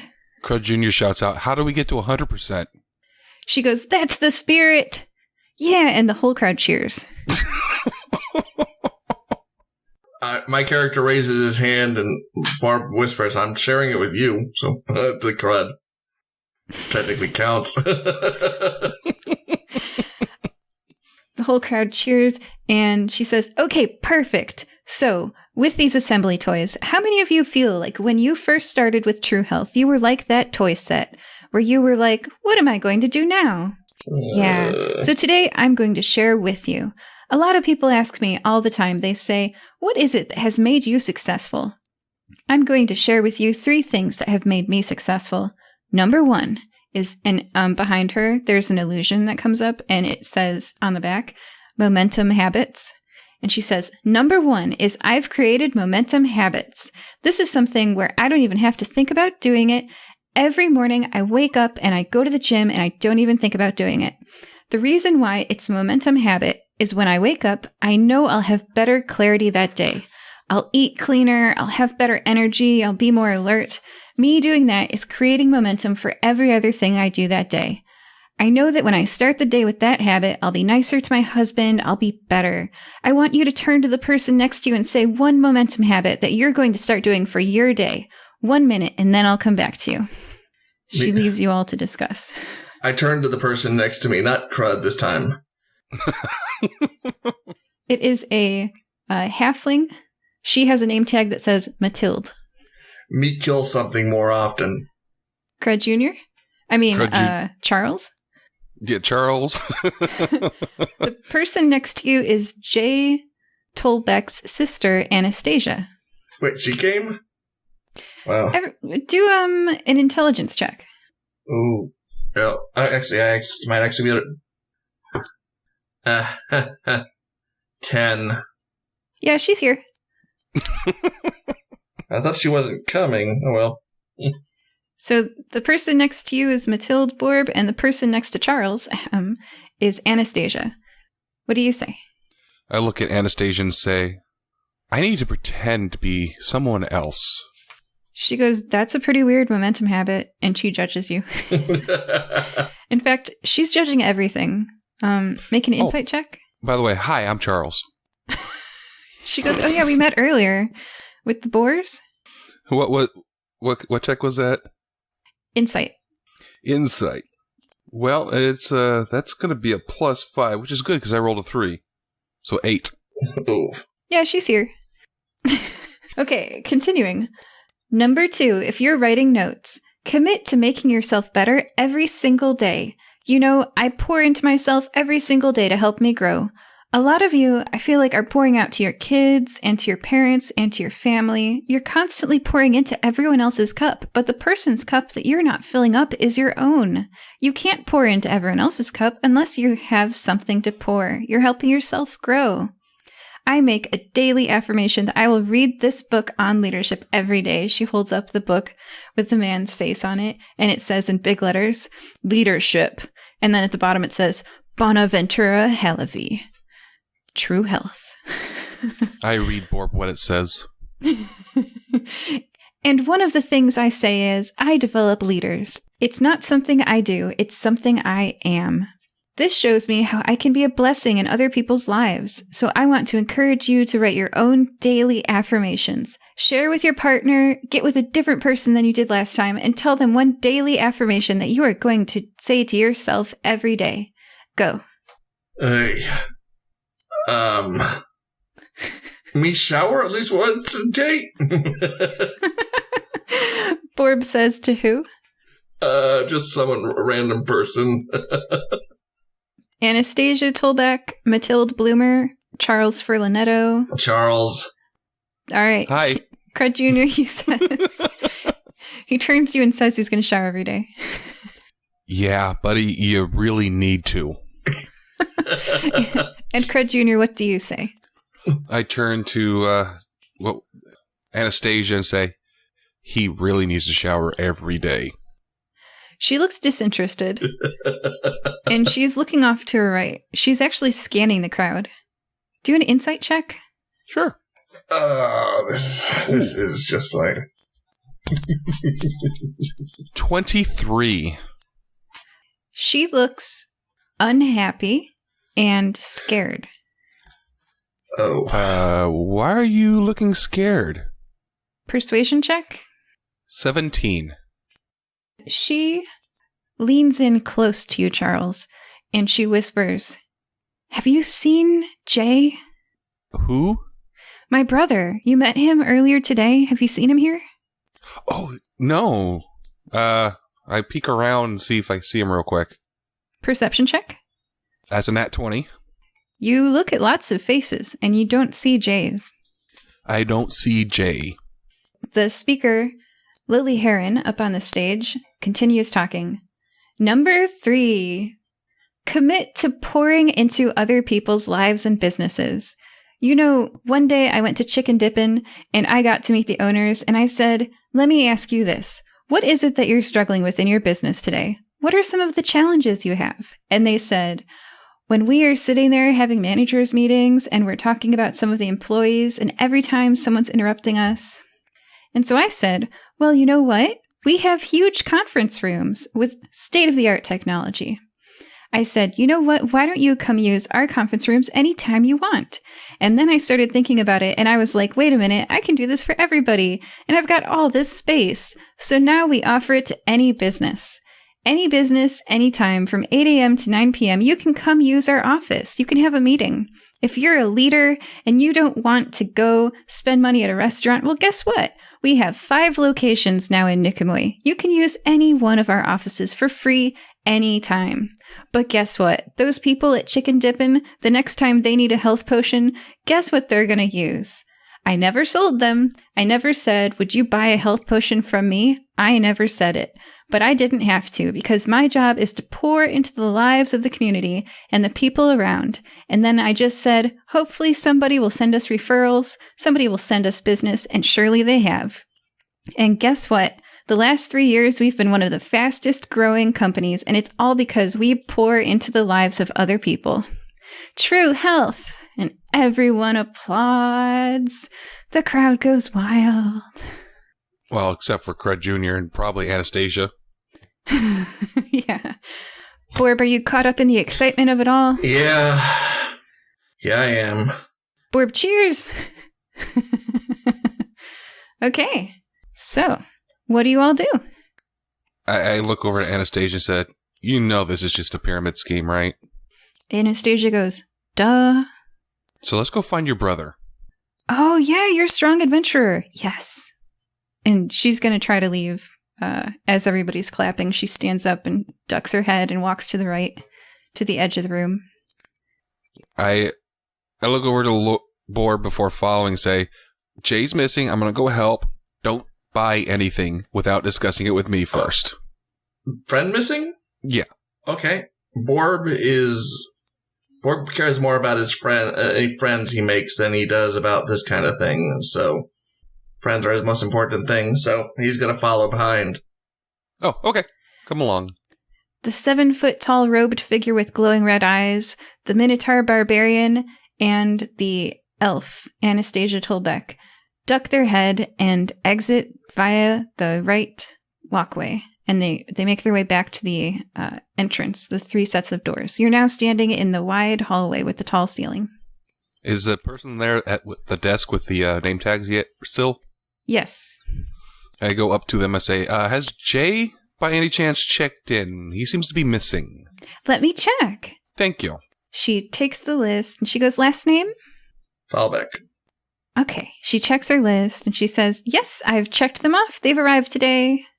Thank you. I go back to Anastasia. Yeah, he's checked in, or, somebody uses his name, but that, that never happens.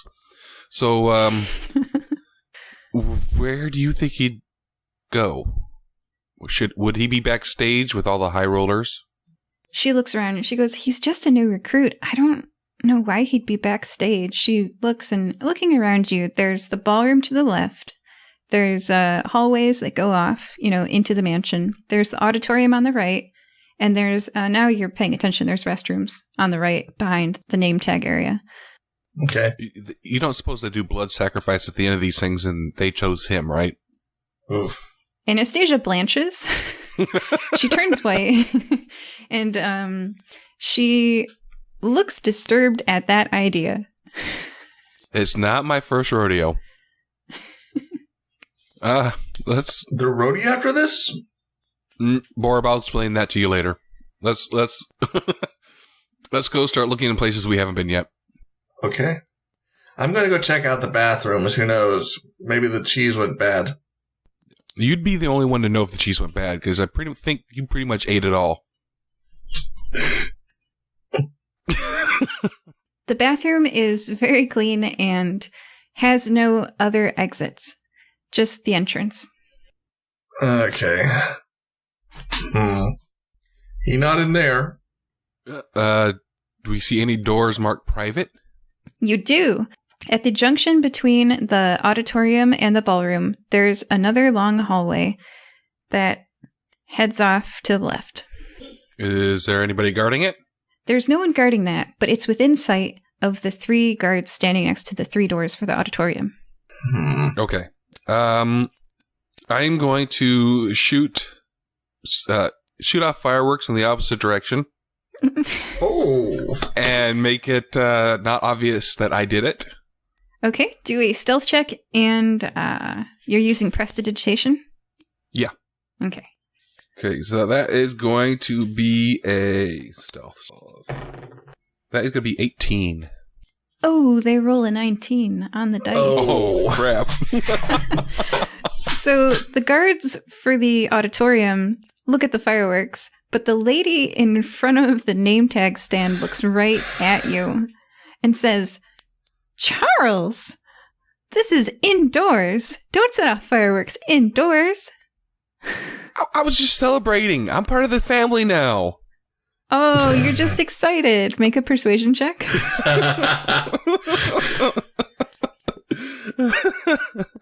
Where's persuasion? There it is. Is she a dwarf by any chance? Sure. Good, because that means I get advantage. Sure, she's a dwarf. 18. Okay, and she's gonna do insight. Oh gosh. Yep.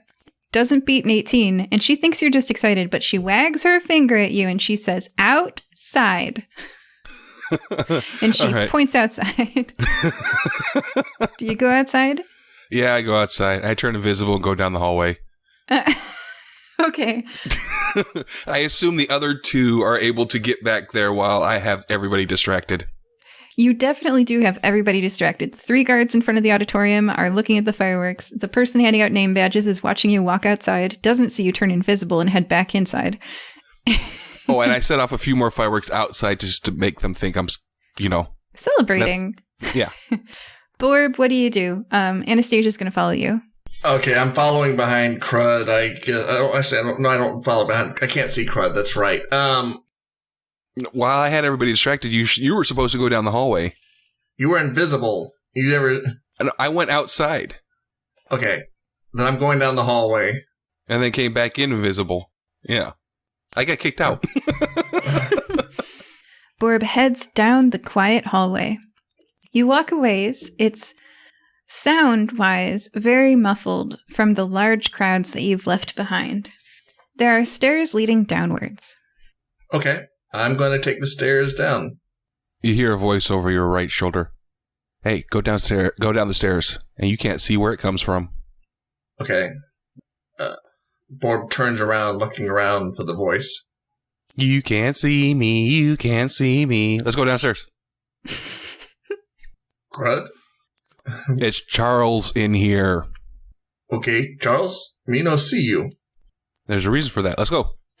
Okay. What does Borb do? Borb is going to scratch his head and shrug and then go down the stairs. Okay. Now, there are signs here that say private area. Does that stop you?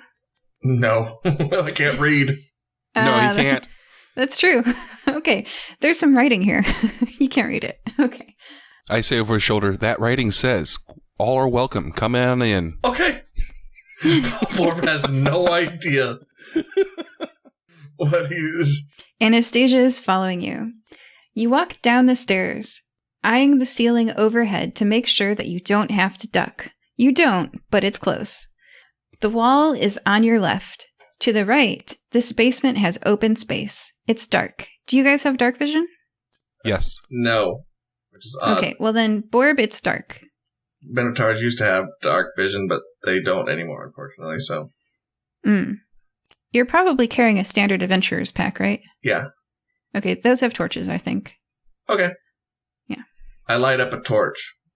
Okay, that's good. Anastasia, I don't think she can see in the dark either. She's Do elves have dark vision? I don't know. Yes. Anyway, Yes, they do. Yes, they do. they do? Oh, Yes. Well, then Borb lights a torch. I think that means that you guys can see further because it's dim light at the edges of the radius now. Yeah, that is correct. I have Mm-hmm. Yeah. good light for about 10 feet and then dim light for another 10 feet. So, Yeah. And then dark vision is a 60-foot distance, I think. So you guys can Yes. see even further because of Borb's torch. And when Borb lights up the torch, you see at the very edge of your vision, darkness. okay.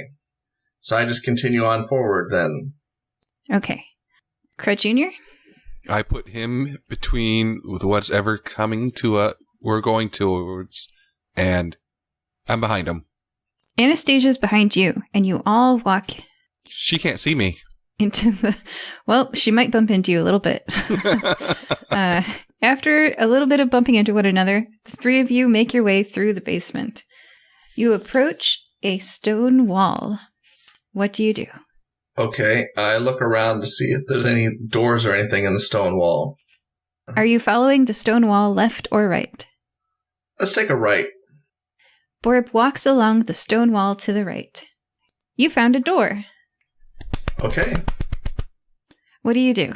I try to open the door. The handle does not turn. It is locked. When you touch it, you notice a perception check? Let's see if you notice. That's an 18. Oh, yeah. There's some letters. You can't read them because you're not yet far enough along in your... You recognize the capital letter T at the start of these letters. You're advancing in your studies. Yeah. What does say? Crud Jr. looks at it. Crud Jr. reads, "There is something I seek. While it is bound, it chooses kings and peasants. When it is freed, it tumbles, falls, and fades. While it is bound, life will often thrive. When it is freed, death will often follow. What do I seek?" Crud Jr. reads it aloud again. There is something I seek. While it is bound, it chooses kings and peasants. When it is freed, it tumbles, falls, and fades. While it is bound, life will often thrive. When it is freed, death will often follow. What do I seek? Water. No. Crud Jr. splashes water on the door. Nothing happens. Damn it. I choose kings and peasants. Wow, this is a tricky one. Treasure? No. Wow. Ooh, riddle time. I can read it again if you want. Yes, please. There is something I seek. While it is bound, it chooses kings and peasants. When it is freed, it tumbles, falls, and fades. While it is bound, life will often thrive. When it is freed, death will often follow. What do I seek? Crud Jr. casts Pass Wall on the door and walks through it. What does the spell Pass Wall say? Go ahead and read it. I just had it. A passage appears at a point of your choice that you can see on a wooden, plaster, or stone surface such as a wall, a ceiling, or a floor within range, and lasts for the duration. You choose the opening's dimensions up to 5 feet wide, 8 feet tall, and 20 feet deep.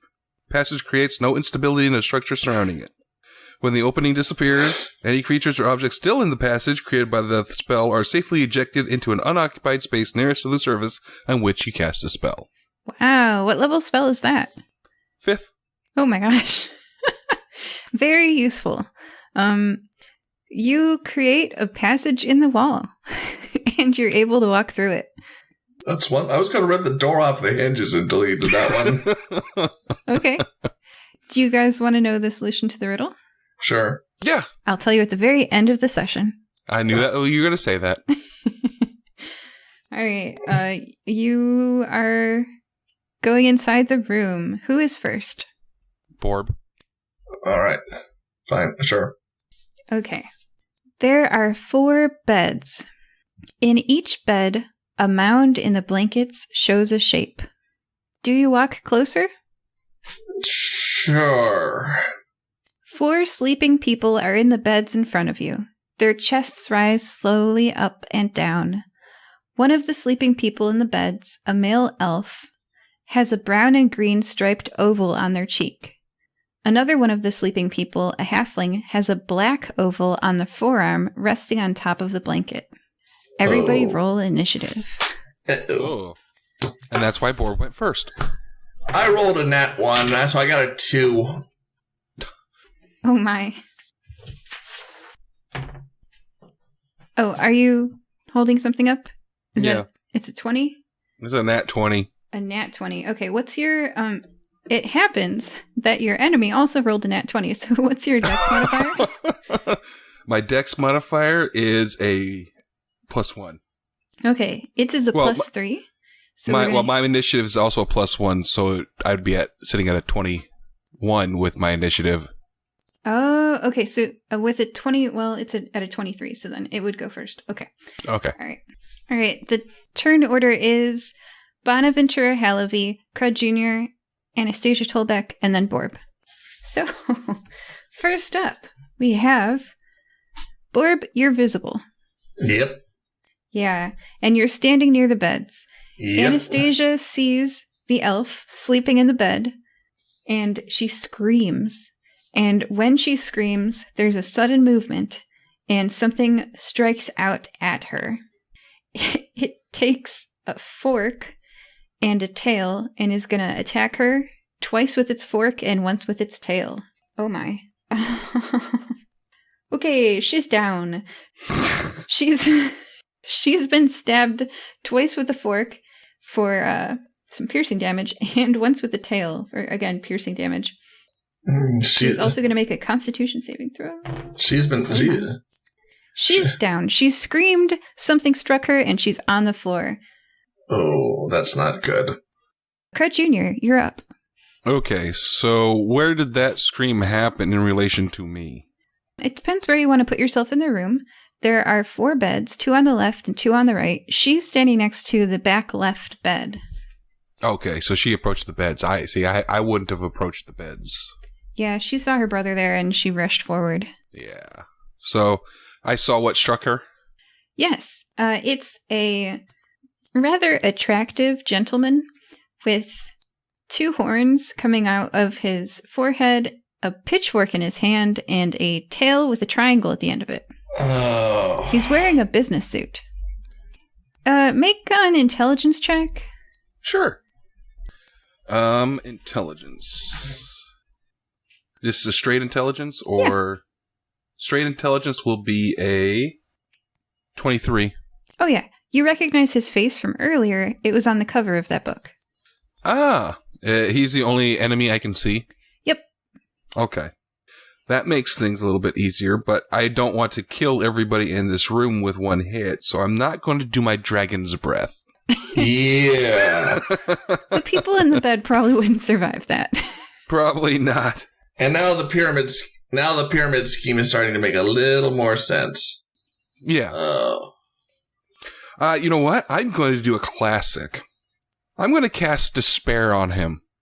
Okay. What's that? Let's see. Each creature... Oh, crap. Sorry, Borb. Each creature in a 30-foot cone must succeed on a wisdom saving throw or lapse into a despondent depression as they realize the hopelessness and folly of their beliefs. An affected creature will sit down and brood or start crying uncontrollably. An affected creature may make a new saving throw at the end or at the start of each of its turns, but at disadvantage. A successful save, the spell ends for that creature. Okay. Please. What's the DC? Just roll it. He rolled a 15. That will fail. Thank God! I rolled an 17 total. Meet it to beat it. You're good. So what happens to him? He sits down. He sits down and starts crying. He sits down and starts crying. He is 100% depressed. He's very depressed. He's on the ground. He's never felt sadness like this before. All right, Anastasia's turn. She's gonna do a death saving throw. Crud Jr. is going to shout at Borb, tie him up. And Borb, it's your turn. I'm glad I made that save for the first time all session. Okay, I'm going to tie this guy up. Okay. Opposing grapple check, I guess? Yes. Which he can't make an oppose. He can't do anything but cry, so... Okay. So he's going to get rope tied around him? Oh, yeah, I'm gonna... How long does it take to tie someone up? Is that like one turn or... Yeah, it'd only be a turn. If he uses his entire action for it, yeah. Okay. So, Borb, do you want to use your turn? Yeah, I'm going to hog tie this guy. Okay, so hempen rope, is that what you have? Yeah. Okay, that has a DC 17 to break out of. Okay. Yeah. All right, and that takes up your turn. Next up is Bonaventure Hallaby. Use your walking action to sit on him. Oh. Yeah. So, Crud Jr., what does he roll at the start of his turn? Another save. With a disadvantage, so... With disadvantage, yeah. Okay. He does not pass because of the disadvantage. Okay. So... I'm going to go over, because it's my turn now, right? Yeah, it's your turn. I'm gonna go over there, and I'm going to give her one of her... no, you know what? I think I have a... Yeah, I'm going to give her one of my health potions. Oh, the... Gonna give Anastasia so your she doesn't own die. Personal supply? Yeah. Okay, not the black 2-inch We haven't wide. gotten our supplies yet. That's true. All right. So, she receives the health potion and she's back to consciousness. She opens her eyes and starts screaming. Okay. It's okay. Your brother's fine. The devil is tied up. Persuasion check. I defeated him in one go. Remember how strong I am? Persuasion. Is she a dwarf? She's an elf. So, yeah. Dang it, I was hoping. So that's going to be a 10. Okay. You've failed to persuade her. She sees that the devil is sitting on the ground crying. With a Borb on top. Yep. And she's going to scoot back on her hands and knees towards the door. She doesn't receive any attacks of opportunity because he's tied up, and now she's back at the door and heading that away. Borb, it's your turn. Probably a good thing. I take advantage of the effect of the cheese on Borb and, well, toot in his face. Okay. That's your turn. Next up is Bonaventure Hallaby. Finally. Okay. Does an 18 pass? Yes. Yay. So what was that dropped? He was despaired? He was, yeah. Okay. So since that failed, can he make a strength check to try to break the ropes? It just says make a save. It doesn't say that his action, so I would assume so. Oh, good. Okay. All right. What is 8 plus 6? 14. All right, so he's still tied up. But he has tail. So he's going to try to hit Borb. No, actually, yeah, Borb's on him. So Borb, does a 25 hit you? Yes. You didn't tie up his tail? Shame on you. Please take 13 piercing damage, Borb. Okay. I'm not raging, so I take all of it. Please make a Constitution saving throw. Okay. Just editing my health right now. The 10's not going to do it. Yep. So please lose 10 hit points at the start of each of your turns due to an infernal wound. Any creature can take an action to stanch the wound, and with a successful medicine check, the wound could close. It'll also close if you receive magical healing. So just to let you know, I'm not going to, be mean or anything. I'll tell you the rules. So, you took 10 damage from your infernal wound. And I'll take another 10 on my next turn. Yeah. Okay. All right, but he's still tied up. So, Crud Jr., it's your turn. Well, seeing this, I'm going to cast Phantasmal Killer on him. I tap into his nightmares and create an illusionary manifestation of its deepest fears. It says it's a devil. It's probably, lollipops and unicorns and clouds. It's a business devil. It's being poor. That too. He must make a wisdom saving throw. On a failed save, he becomes frightened for the duration, and at the end of his turn, he can... at the end of each of his turns, he can make the save throw again. 23. Okay. That is a success. So... Okay, is that the end of your turn? Yeah. All right. Anastasia's turn. She quickly exits the room. And you don't see her anymore. Oh, I thought she already had. She was scooting on her hands, on her butt towards the door, and she stands up and runs out of the room. Borb, it's your turn. Okay. He is tied up. I raise my axe. I take the damage, yes. And I bring it down on his tail. Oh, gosh. All right. Roll it to hit. Cut it off. Cut it off. Oh! How'd What? that go? I Sounds like he cut off his toe. fumbled. You did what? I fumbled. Oh, you rolled a 1. Yes. Roll a second d20 and tell me the number. You're supposed to cut off the tail, not your own fingers. I wish I had rolled that on the first roll. 19. Oh, yeah, you're fine. Nothing happened. Your axe misses Bonaventura Halavi, but doesn't strike yourself. All right. I give people a 50-50 chance to not, And then if they fail that, I'm going to critically fumble you. But, so, all right. Is that the end of your turn? Yeah, I get a second attack, so I'm going to swing again. Hopefully I don't roll another 1. So close. Okay. That is a 17? To hit? Yeah. You miss. Okay. Okay. All right. It's Bonaventura Halavi's turn. First, strength check. Okay. Bonaventura rips the ropes off of himself by just lifting his arms outward. They creak and then snap, and then the tension throws the rope in fragments across the room. That's good. And that's probably their action, right? That's Yep. actions. So now you have...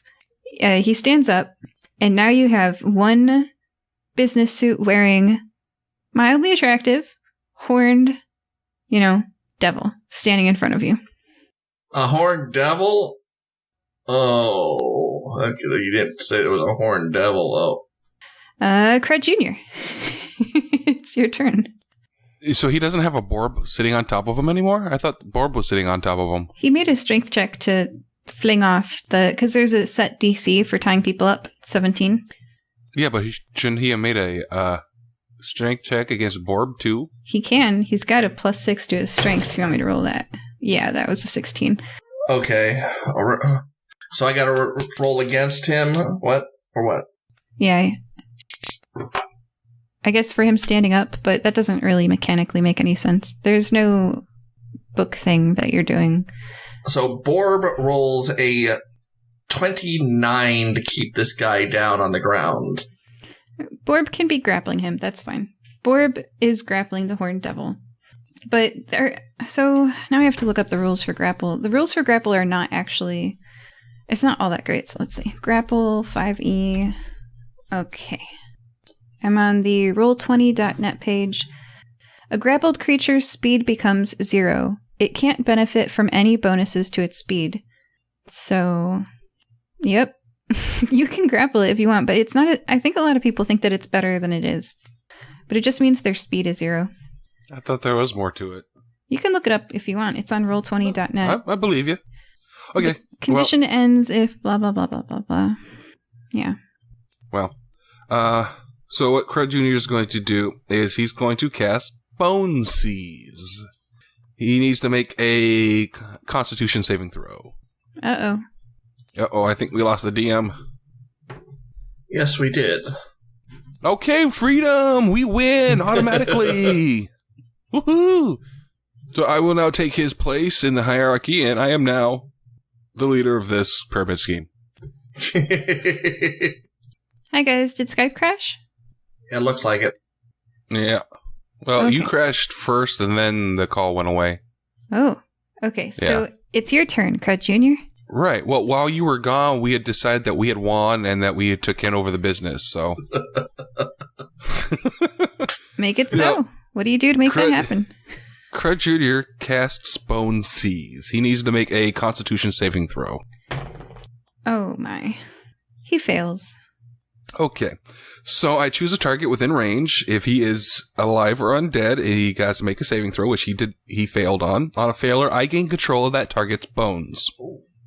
I can automatically take control of a corpse. I can make the target walk, lay, or sit down, or sit or stand up, and he cannot make the creature speak. I cannot make the creature speak, fight, cast spells, etc. So I make him sit down. Borb, tie him back up. Use chains this time. And it's Borb's turn. Borb probably doesn't have any chains on his person, and his rope just got ripped to pieces. It's your turn, Borb. Me no have chains. Put him in your bag of holding. Me have other idea. Borb grabs the sheets off the bed. Okay. As you pull the sheet off of a bed, you reveal... Which bed are you pulling it off of? The closest one? Yeah, the closest one. Okay, that is the bed of an elf. So I'll just read that again. One of the sleeping people in the beds, a male elf, has a brown and green striped oval on their cheek. As you pull the sheet off, you see a lot more of these brown and green striped ovals. There are ovals on his forearm, on his abdomen, on his legs, on his feet. There's these ovals, and they have brown and green stripes on them, and they're about 4 inches long and 1 inch wide. Okay. Well, I'm gonna twist the rope, the bed sheet up really tight to make it like into a rope, and then I'm going to use it to tie this guy up. Bedsheet is not a rope, my friend. No, but it's all I got. I just lost my rope, so I'm having to make do with. Okay, make a sleight of hand check to see how good you are at tying this guy up with a bedsheet. I ripped the bed sheets pretty much. Just tell me the number. 7. Okay, you tied him up with the 7. Okay, it's his turn. He's tied up with the 7 and you're grappling him, so his speed is 0. He casts Hurl Flame. So he is going to attack Crud Jr. because you're visible now that you've cast spells. He's going to attack you. So... Okay. Does a non-natural 20 hit you, Crud Jr.? Yes. Okay. You take 19 fire damage. Okay. Okay. And I guess his tail can get Borb from where he is. All right. Borb, did you take 10 points last turn? You got to keep track Yes, of I it, did. Okay? All right. Okay. And you get to roll a Constitution, or I'm sorry, a medicine check if you're interested. But so he's going to try to attack you with his tail because you're on him, and he's sitting on the ground. So his tail whips around and tries to hit you. Oh, that probably misses. Does an 11 hit you, Borb? No. Okay, that misses. Okay, all right. It is Crud Jr.'s turn. Okay. See, I wouldn't have even used that. It wouldn't even be in my list. Well, he is sitting on the ground, and he's not moving around. He has no movement. He's not coming closer to you, but it doesn't say that he is, how do you say that? Paralyzed? Paralyzed is a status condition. Yeah, so he has disadvantage on attack rolls because he's prone, and any attack roll against the creature has advantage if the attacker is within 5 feet of him. So that's what sitting down does. It has mechanical things that it does. Like I said, it's fine. Okay. So I'm just gonna shoot a fireball at him with Far Strike. Okay. I'm done trying to save this idiot's life. He doesn't want to give up. That's fine. If this, I can't use that meta knowledge. So 22 to hit, That hits. and that is going to be 43 damage. Fire damage? Yeah. Okay. You see the fires dance on his skin, and he smiles. Immunity to fire damage.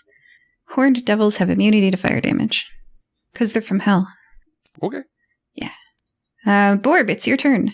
You have him grappled, so he has no movement, and he is prone from Crud Jr.'s making him sit, so you get advantage on attacks against him. Good. I'm angry now, so... Chop his head off. Chop. And I just took some more damage, so... Oh, yeah, so you're taking 10 damage each turn from this infernal wound. You could also staunch this wound with a successful medicine check, or the wound will close if you receive magical healing. I have no training in I have no ability to do medicine, really. Okay, just letting you know. How many hit points? Have you lost like 30 hit points to that? Yes. Unfortunately, I used a bunch of hit dice right before this meeting, so I had gained a lot more health back, so I was in better shape than... But still, I'm not looking very good right now. Alright, I'm going to swing my axe at this guy. Well, that's a nice swing. That's a 21. That hits. Because that's great weapon mastery, so yeah. And I'll swing my second attack. Great weapon mastery. That's a 19. Also hits. Excellent. So that is grand total of 42 points of damage between the two axe swings. All right, that's the first damage that he's taken. Is your weapon magical? Yes, it is. Oh. Is it silvered? No, it's not. Okay. All right. So he has damage resistance to bludgeoning, piercing, and slashing from non-magical attacks that aren't silvered.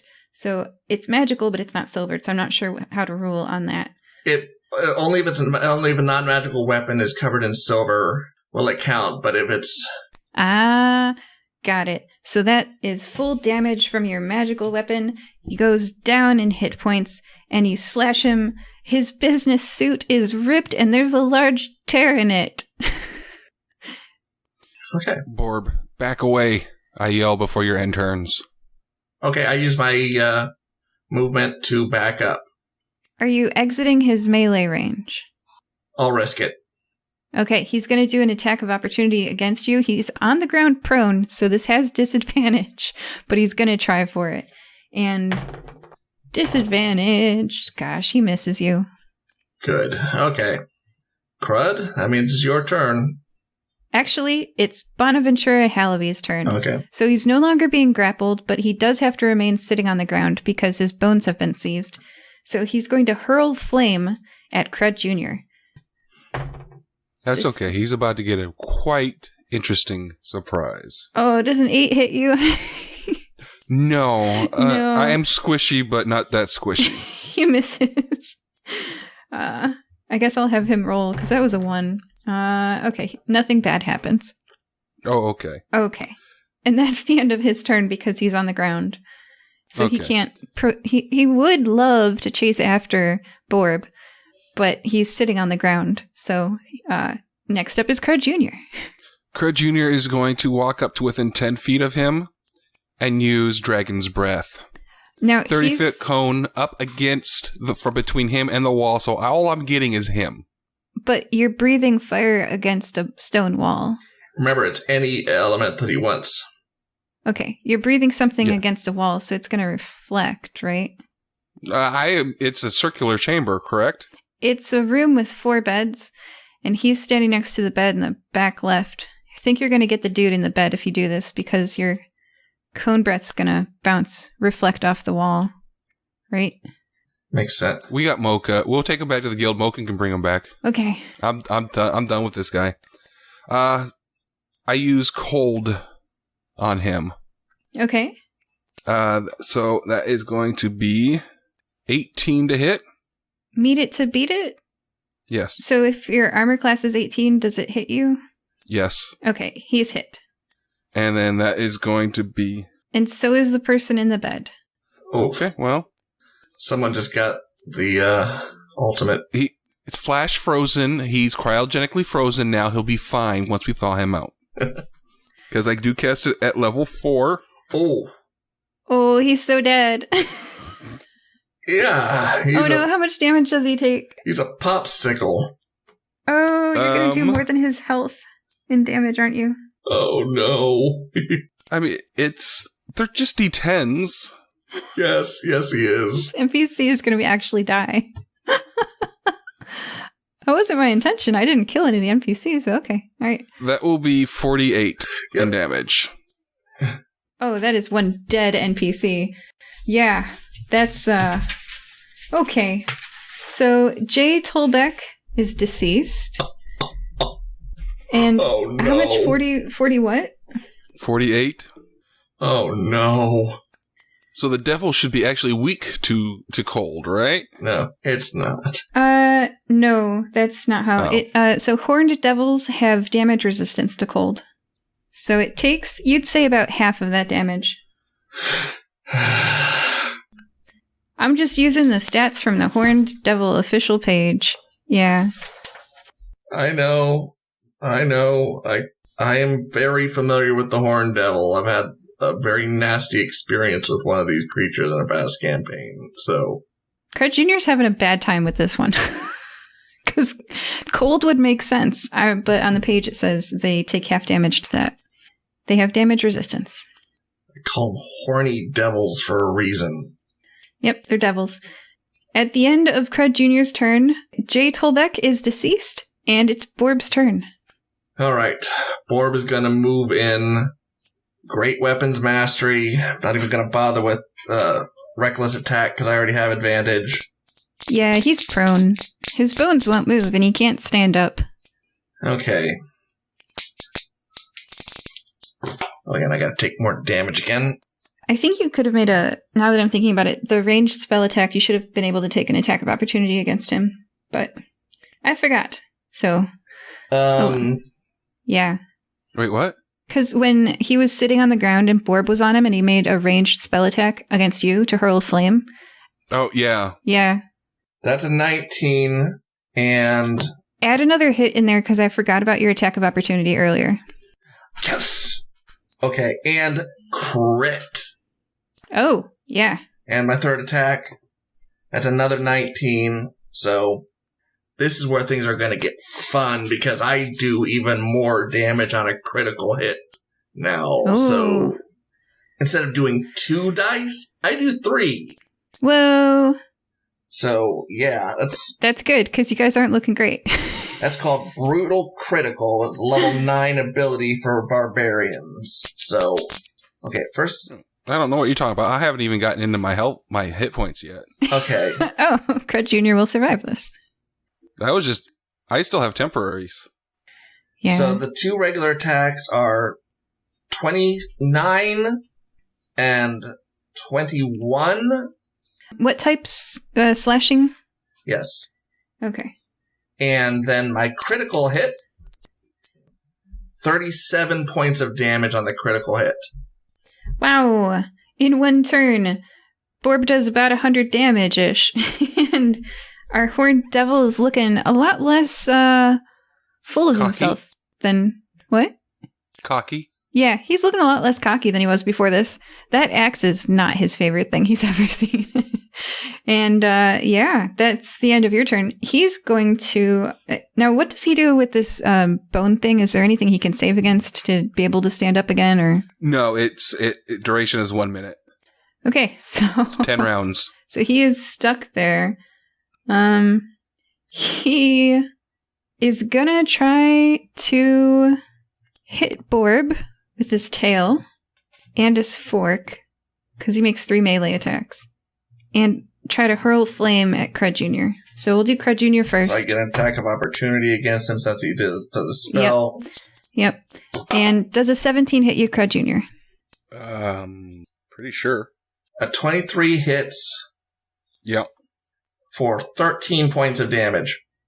Okay, he takes 13 damage. Crud Jr. take 18 fire damage. Now we're into my hit points. Okay, and then does a 25 hit Borb? Yes. Okay, you take 15 piercing damage from his fork, And does an 18 hit Borb? Yes. Okay. Each time the devil hits the wounded target with this attack, the damage dealt by the wound increases by 10. So you take 1d8 plus 6. So that's first take 12 piercing damage from the tail. And then please make a Constitution saving throw. Okay. That's an 18. You pass. So you're not further wounded by the tail. You just have your infernal damage from the first time you failed. Okay. Yeah. So you're taking 10 damage every turn you don't do a medicine check against that. Yes, I have a -1 on medicine right now, so I don't really have. Not even gonna bother. All right. So, at the end of his turn, a face. It's been a few rounds, you guys, and there was a screaming lady who ran out of this room. Yes. Yes. So a face appears in the doorway, and then another face. It's that human that you saw earlier, Lily. On the stage? Yeah, Lily Heron. She looks into the room and she goes, oh! And she then ducks back out. And Crud Jr., it's your turn. Okay, so I cast... Well, I take one look at him and go, okay, so you like fire, you like cold, suck on some lightning. And I cast Dragon's Breath into his face again, lightning damage. I critted on him. Are you going to kill another NPC? Are you attempting to do lethal or non-lethal damage? I'm all lethal on this jackass. Okay. He's going to kill another NPC. So that is going to be 82 damage. Holy. Okay. The horned devil is down on the ground, not moving. Jay Tolbeck's corpse is looking particularly bad. Oh. Well, he can't I don't get think any it's more. there anymore. He can't get any more dead, so 82 damage? Yeah, it's not. Let's just say those spells that can revive people if their body's intact won't work. oh. Well, I failed to mention, I also cast it at level 4. Yeah. Again. All right. So, and after your turn, it's Anastasia Tolbeck's turn. And she dashes into the room, quickly followed by Lily Heron. And she runs towards the Oh no. slumped form of the businessman and says, Bonaventura Hallaby? And then she sees her brother. Oh. So He did it. next up is Borb's turn. I'm going to let you guys react in turn. What do you do, Borb? You did it. Point at the devil. Point at the devil. Take 10 damage, by the way, first. Yes, I know. Okay. Yeah, I point at the devil. All Okay, his you're fault. pointing at the devil. What do you say to Anastasia Tolbeck and to Lily Heron? Orb's not very good at lying. No, you weren't lying when you said it's his fault, because it is his fault. Yeah, it's his fault. I'm gonna have to make a deception check, aren't I? No, you don't. Crud Jr., it's your turn. I go over to Borb and I do a medical check on him. Oh, sorry. I still have the damage dice on there. 145? Oh. Thank you. I'm back at full health. That's going to be an 18 medicine check to Yes. to make him all better. Borb stops taking infernal damage. What do you say to Anastasia Tolbeck and to Lily Heron?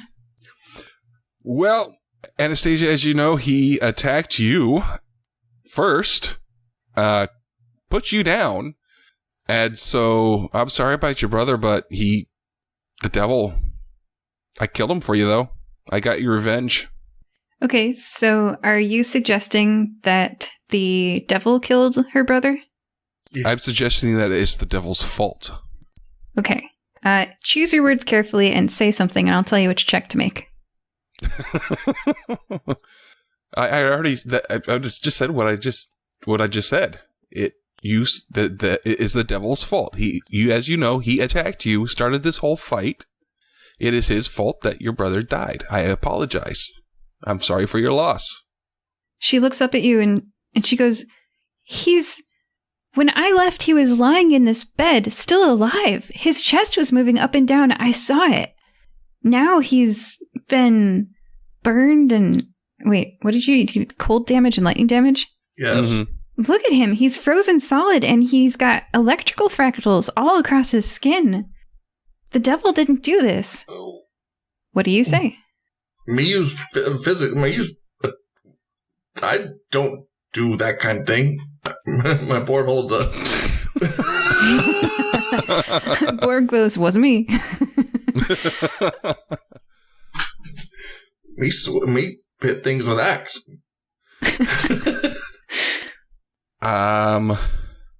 What is my deception? I probably have a pretty good one. And he's not Crud Sr. He doesn't care about lying.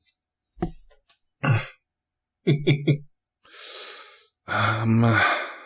could make a suggestion and make her go away. Yeah, just try to lie your way out of it, because otherwise... Yeah. Okay. You weren't in here for the entire fight. He killed your brother. Okay, and deception check. Yes. She's going to roll an opposing insight check. Not bad. That's going to be a 19. Okay, she believes you. Yeah! It was his fault. It was his fault. And she looks around the room and she goes, what has he been doing here? Bonaventura Halavy? She looks around at the beds with the people and she pulls back a blanket. Their bodies are covered in these leeches. Oh. And some of the leeches are green and brown and striped. Crud Jr.'s making a face. Some of them have become a dark black in color. Oh. Guess where our... Oh! Yeah, guess where the potions are coming from. Okay, Borb is now ticked. Borb looks super grossed out. You look like... Hey, Borb, why don't you try one of these leeches and see if maybe that restores you some HP? Okay. Borb's headband of intellect is flashing at the moment.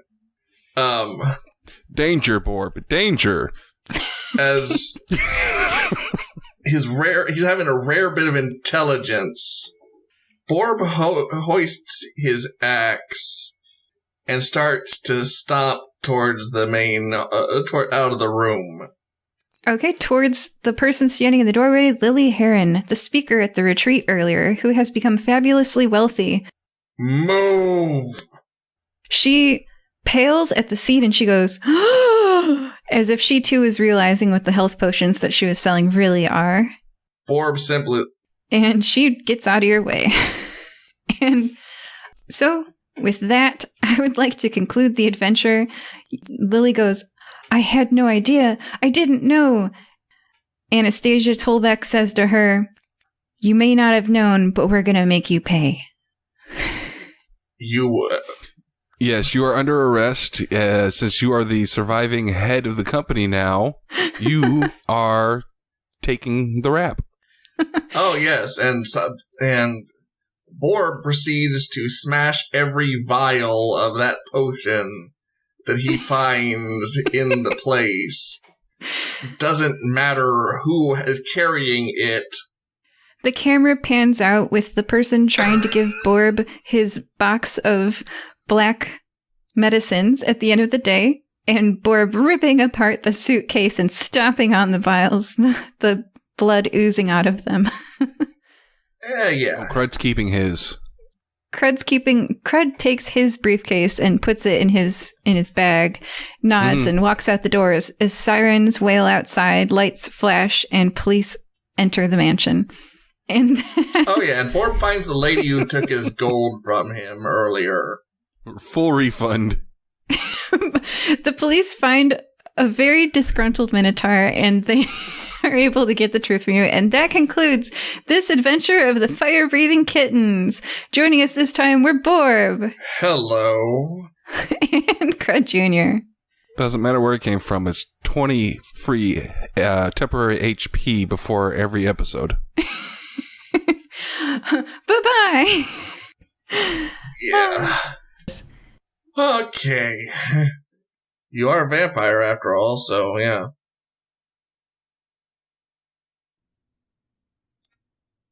Lava bubbled in a pit. Reclining lazily next to the hellfire, a man in a nice suit examined his nails.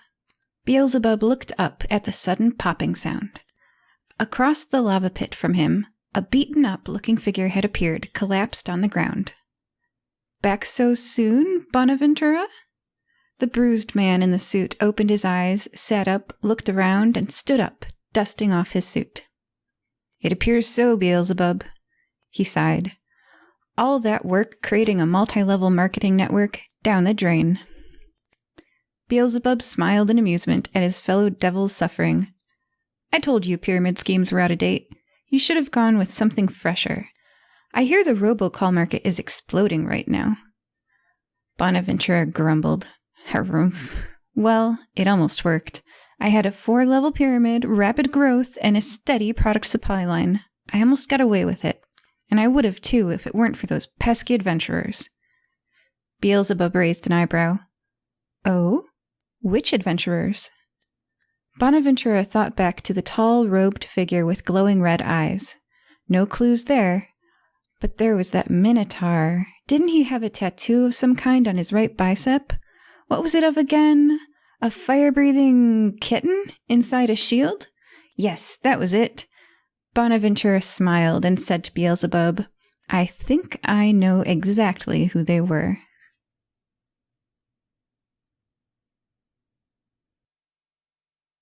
Thank you for listening to this episode of the Fire Breathing Kittens podcast. You can find more adventures on Amazon.com in the bookstore, Fire Breathing Kittens, all one word, podcast. That's right, you can curl up with a good book based on one of our podcast episodes. The authors do a really great job of adapting them into fun novels. And did you know that we have webcomics? Look for the adventures of Fire Breathing Kittens on webtoons.com. We also have official merchandise on redbubble.com. Yes, that's right. You really can own a notepad with the Fire Breathing Kitten logo on the front. Or one of your favorite characters. Go to redbubble.com and search for works from your favorite characters such as Frath, Amonist, Azreen, and more. And the answer to the riddle was... So the riddle is... Let me read it. Oh, okay. All right. There is something that I seek. While it is bound, it chooses kings and peasants. When it is freed, it fumbles, falls, and fades. While it is bound, life will often thrive. When it is freed, death will often follow. What do I seek? The answer is... blood.